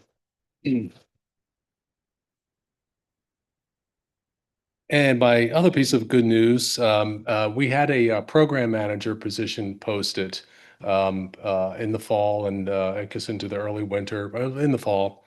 And it was in anticipation of the staffing and resources study to a certain extent. We knew from our knowledge of other MPOs throughout the country, even before the study started, that most of them were organized in a way where you had those two functional areas that Rich Denbo mentioned. So we decided, we thought we really needed one to focus on short-range planning, particularly a transportation improvement program development, because like grants management, that has gotten much more complex over the years. So we had held a series of interviews, had a great applicant pool this time around, and I'm very happy to report that we have promoted Travis Johnson into the program manager position. And he'll be leading all things short range planning for us. He had a lot of competition. But he rose to the top as the prime candidate for this position, and I know Travis will do great things in his new role with us. So congratulations, Travis. Thank you. I think Neil mentioned a short video. We debuted this at the orientation last week. It's about an 8-minute long video. Can you guys hang out for that? Then we'll do quick reports from NCDOT, and then we'll have board member comments. But Merritt worked really hard producing a video on discretionary grants. We thought you'd be interested in listening to it.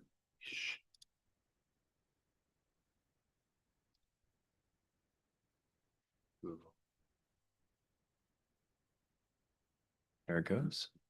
So before we play the video, I just wanted to give it a little bit of an introduction, which is that as we talk about CRTPO in our communities, we find that not everyone quite knows what it is we do. And sometimes it's really good to present the results of a process rather than going into the details of the process itself to motivate people to understand exactly what goes on in regional long-term transportation planning. And so in this video, you'll see a few different examples of completed projects and some explanations of the different processes that led to those results.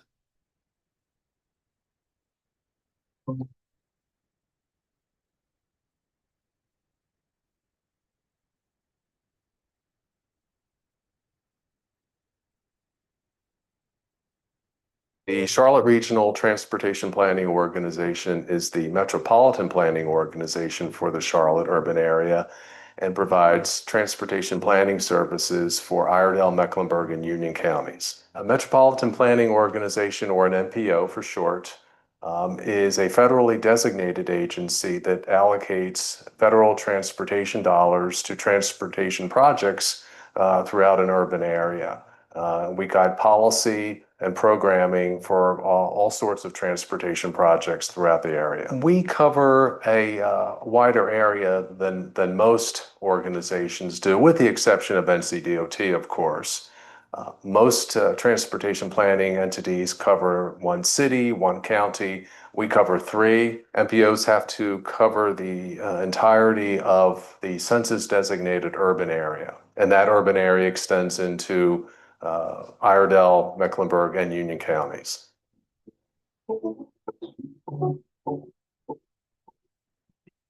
Hey everyone, I'm James Kelly, the Town of Waxhaw's traffic and transportation engineer. We're out here today at the downtown pedestrian plaza talking about safer streets, better connections, and how this project in combination with CRTPO has really brought forth a place where locals and residents can gather and enjoy. Through CRTPO's discretionary grant project programming, we have secured funding for this project to help bring projects like this closer to you. Hey everybody, my name is Rick Bandazian Jr. I'm a property owner in Waxhaw at the old firehouse, which is now Middle James Brewing. And I've had the pleasure of working with people like James in the town of Waxhaw. And I've seen this project from start to finish. And if there's one message that I could relay, it's that there's just a greater sense of community. There are just more people out here. I'm here every day and there's just more people meeting. There's more people taking their kids to get ice cream. And I can't speak highly enough of the CRTPO and the relationship that we built with the town of Waxhaw. I think probably one of the biggest misconceptions is that our focus is solely and exclusively on the automobile, on roadways.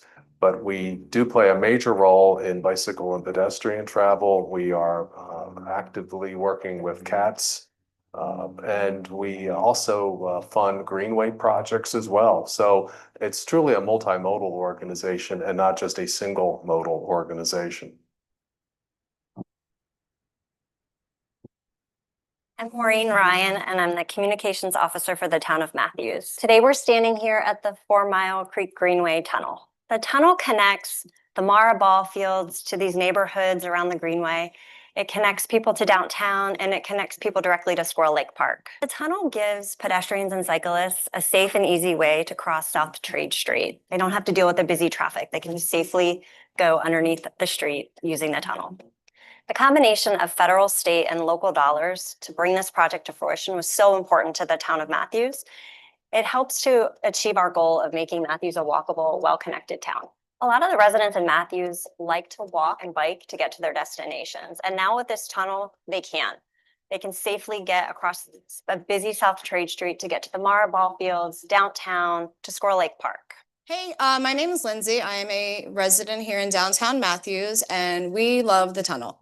Great way to get around Matthews. It gives us direct access to the Greenway without having to cross Trade Street, which is a huge bonus for us. It also gives us access to the creek and just to friends' houses, neighborhoods, and really just the accessibility has been a game changer for my family. The fact that I think we have a strong foundation built on collaboration. We have a lot of people who sit around the table and find value in what we do and see the merit in working together to solve common problems. So I think our foundation is a strong one. So that gives me hope for the organization going forward. My name is Heather Maloney. I'm the transportation planner for the town of Huntersville. The town of Huntersville has worked with CRTPO to apply and receive a discretionary grant to complete our mobility plan, which helps us inform us on how we want our roadway network to be built. As part of the comprehensive transportation plan that CRTPO helps manage, we have an outline of major thoroughfares and boulevards that will be improved over future years. And our mobility plan through the discretionary grant funding helped us define what those roadways will look like. So the mobility plan helps us get a sense of what the full build out will be for each of these roads. The comprehensive transportation plan says that they need to be improved. The mobility plan helps us say what those improvements look like and set us up to apply for future funding, whether that's through the discretionary grant or submitting them to the State Transportation Improvement Program. For an example of a project that was informed by the mobility plan and also by our previous planning efforts in the town, including our bike plan, the mobility plan advanced the design of some pedestrian and bicycle crossings of our major thoroughfares, including a design for a pedestrian hybrid beacon down near North Mech High School. My name is Stephanie Hood. I'm the principal of North Mecklenburg High School. This crosswalk has been several years in the making. Through a partnership with the town of Huntersville, which we have an amazing relationship with, and Charlotte Mecklenburg Schools, there was a great need to have some sort of safer crossing for students. And so through several years and our advocacy and CMS's advocacy and our partners, the town of Huntersville was able to work through and install this crosswalk here for our students. We are right here in the intersection. So as you can see, it's a very busy thoroughfare. So cars are coming back and forth. There was no stoplight here. The closest stoplight is several hundred feet down the road. And so students are not going to walk all the way down there to cross safely. So it had been a situation where students were waiting till cars subsided and just running across the road at any point, whether it's here, whether it's a little further down, whether it's down here, they were running across the road. The crosswalk has kind of pulled students together so they have a place very clearly marked where they can cross safely. And it is definitely helpful to us. Just having this crosswalk provide a safer medium for them to travel and be safe means everything to us. So we are just so thrilled that it's here. We are involved in multimodal planning, and that we aren't just focused on roads and highways. That myth about us being focused on that sole mode is very much that. It's a myth. We can assist our member jurisdictions on solving some of their problems. We are and want to be partners with a host of different organizations because transportation touches everyone in one way, shape, or form. Even if you don't drive, even if you can't move around for whatever reason, you're dependent upon the mobility system in the region. So we touch everyone's lives in some way, shape, or form.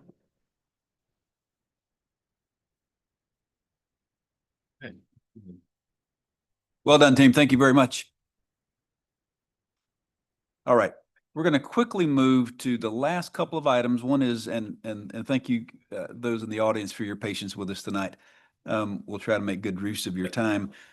Felix Obregon and Mark Stafford from NCDOT are here to give updates from their various respective districts.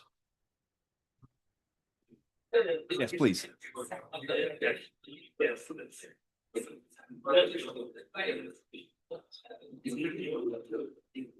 Hey, good night. Can you guys hear me well? All right. Again, Felix Obregon, NCDOT Division 10 engineer.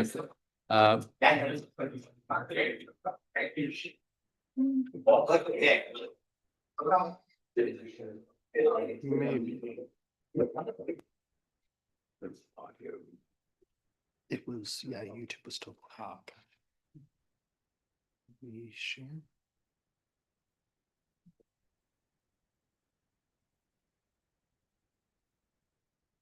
Sorry. Good. Can you guys hear me? Good. All right. Awesome. Well, the first thing is, as you guys have been watching the weather, we do have an event coming up this weekend. I just want to assure everyone that NCDOT is prepared for the event coming up. Division 10, Division 12, and all the other divisions in the state, we are coordinating to make sure that we are prepared for the event coming up. So I just want to quickly share that with y'all. And then also just to give you a quick update on 77 on the procurement process. As it was mentioned earlier today, the statement for qualifications deadline was December the 19th. So I do want to say that we received multiple, I guess, the qualifications from different vendors. We are in the process of reviewing those, and next month we will try to narrow down that list. So certainly I know that was an item that this board wanted to make sure there was competition. So I just want to let you guys know that there was a healthy amount of competition. We are reviewing those statement for qualifications from the different vendors, and we will provide a short list next month. Also, just quickly, I know there's been a lot of questions and input from the community. What we're doing is we are drafting a one-pager, and we're going to send that later today to the board. What that page is going to have just a quick overview of the project itself, some of the community benefits that the project is providing, for example, toll-free eligible transit and HOV 3+ access as well. Discount programs for low-income residents. I know that was one of the things that the CRTPO work group was prioritizing. That is also going to be part of the community benefits and the one-pager as well. One of the things that we're going to talk about is the community engagement. I know there's been a lot of engagement on that from the community, and as part of that, we are continuing to have community engagement. As a matter of fact, I think it was last week or before last week, we went to the West Boulevard Neighborhood Coalition to speak with some of the residents. We are looking to open a community engagement center as well, where we can have office hours and have that one-on-one dialogue with the community. We are continuing with the NEPA process and looking at different ways that we can minimize the impacts of the community. And I know one of the things that has come up in the past as far as tunneling, I do want to provide a quick update on that. So we did compare other major tunnel projects such as the Big Dick in Boston, the Alaskan Way in Seattle. And based on those comparisons, relocating I-77 underground would cost approximately $36 to $60 billion. So just to put that in perspective, that's 10 to 20 times NCDOT's annual capital budget. And as far as trying to maintain a system like that on a yearly basis, it would roughly cost NCDOT about, or Division 10, which that's the division that would maintain 77, about $50 million a year. And to put that in perspective, NCDOT receives about $50 million in annual maintenance for the 5 surrounding counties. So it literally would practically take all of our maintenance money on a yearly basis to just maintain this segment of I-77. We do have some additional next steps on the one pager. Again, just continue to have public engagement with the community, refining our preliminary designs.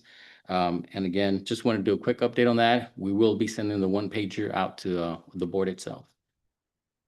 Mark, don't know if you have anything. Oh, Two questions. One from the chair. Talk in just a moment about 485. Yep, sorry. But also maybe first, let's hear from Mayor Higdon and. Yep. So also, we did open the Whittington Road interchange on 45 several weeks ago, and then we are looking to open the 45 express lanes later this month. We do have a weather event this upcoming weekend, so hopefully that does not impact the opening of that. But certainly we are looking to open the express lanes at the end of the next month. Okay, Mr. Triggs. Yes, the $36 billion increase, is that just for the one small section? That's what it's going to cost in addition? So it's for not the entire length, just right. No, that's or so. It's for the entire. So we looked at the entire length as we've received comments from that perspective. So the entire length itself would be about between 36 to $60 billion. I didn't know that anybody was advocating that the entire length be buried, just a portion. Comment. Mr. Driggs. I had the same question. Is it possible, if you are talking about a lesser distance, to prorate or can you infer from that to do 2 miles would be $7 billion or something like that? I mean, these are astronomical numbers. I think it's academic, but it would be more relevant to take the piece that's the most controversial and contemplate going underground there and then coming back up. And I assume that that's some significant fraction of the 36 billion.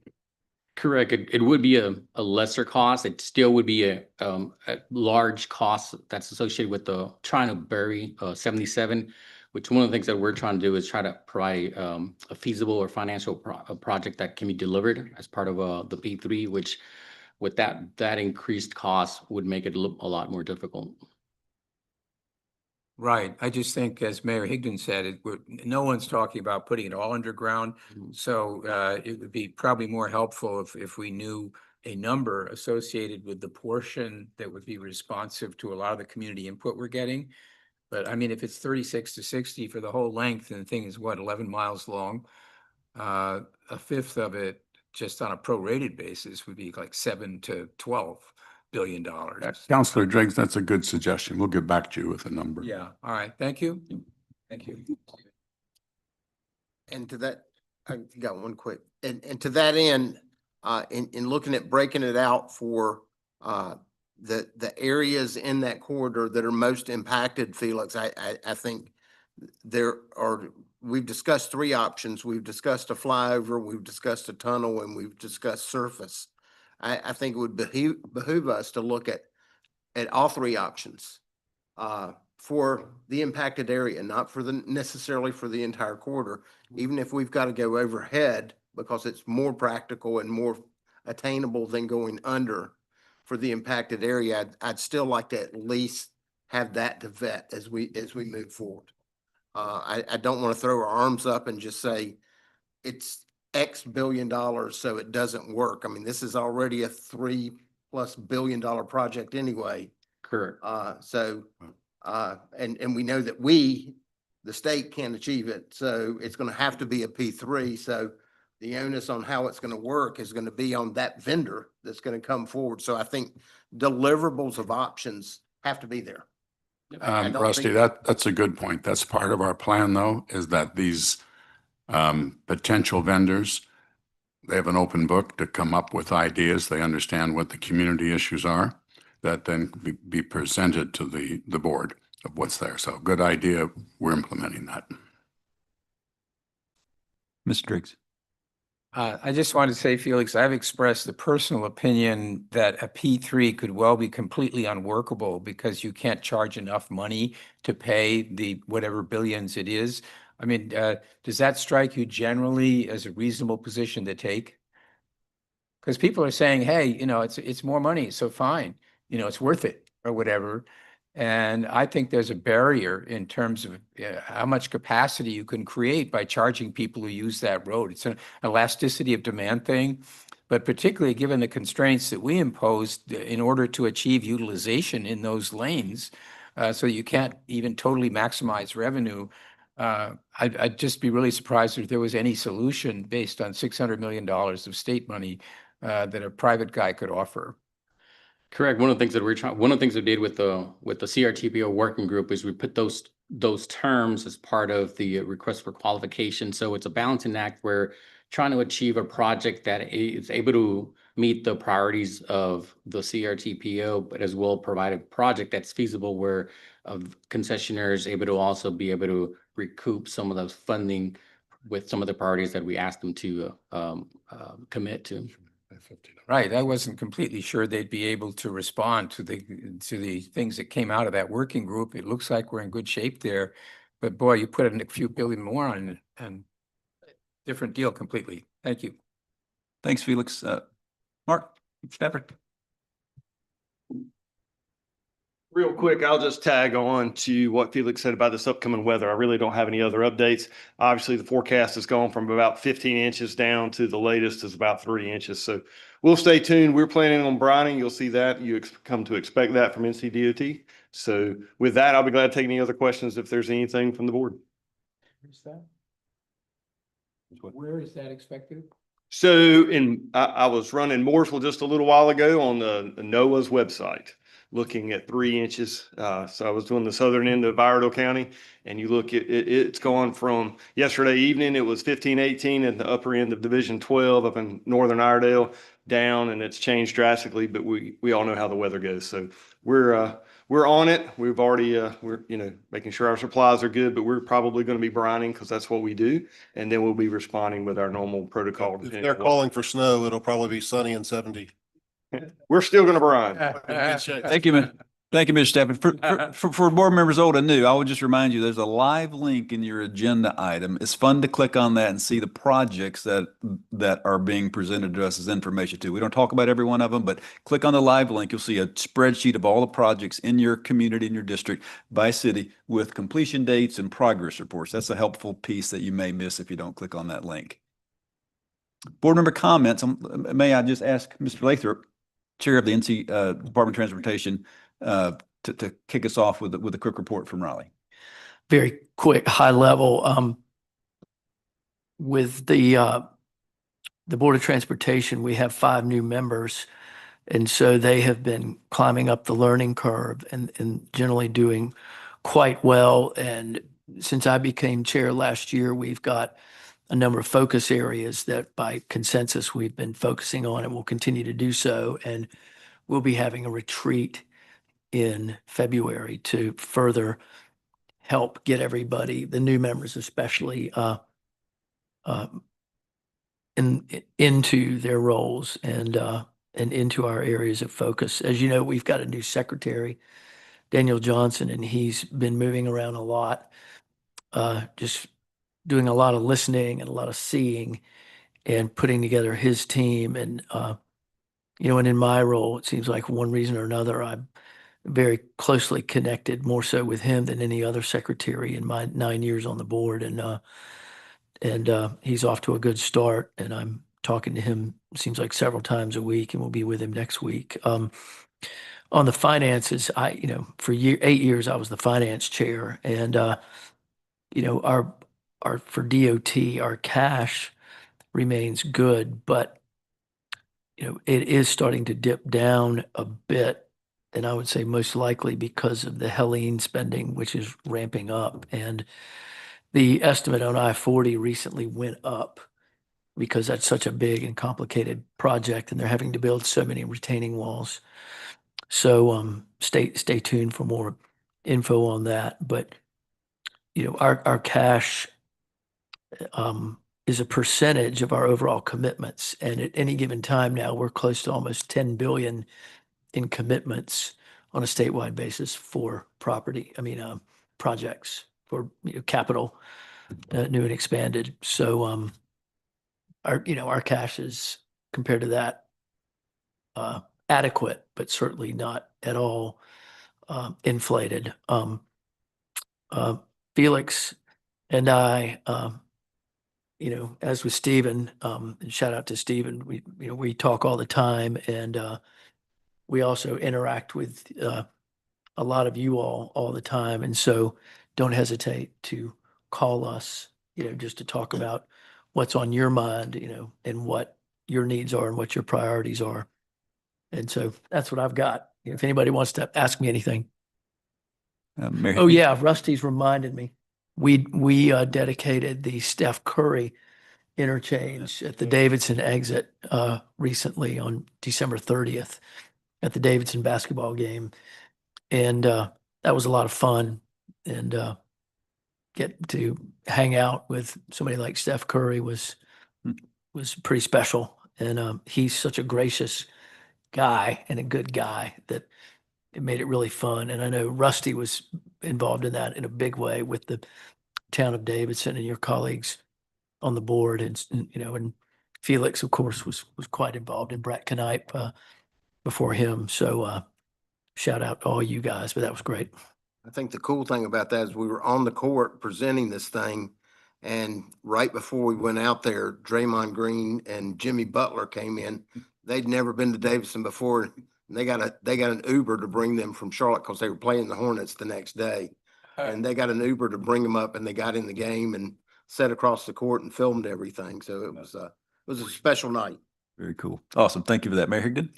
Yeah, just a quick comment. I gave Tony a thank you on his Facebook posts. I don't know if you've seen them, but he gives periodic updates, and I've had several of my constituents tell me to let Tony know they really appreciate it. I don't know if you've seen them, but they're really informative and much more information than we've gotten in from previous chairs, I think. So appreciate it, and I want to publicly thank you for that here as well. Thank you, John. And yeah, just first week of every month, just check out my LinkedIn post. I'll give a quick 1-minute update on what we did. Fantastic. Yeah, Mr. Rosenberg. Mr. Chairman, as we're talking about interchanges that we're naming, the Weddington Road interchange has been named after Ned Kern. Ned's been very active in transportation in the city over the last 30 years, and that'll take place sometime next month. Fantastic. Very good. Learned it all over again in the last few months with the legislation.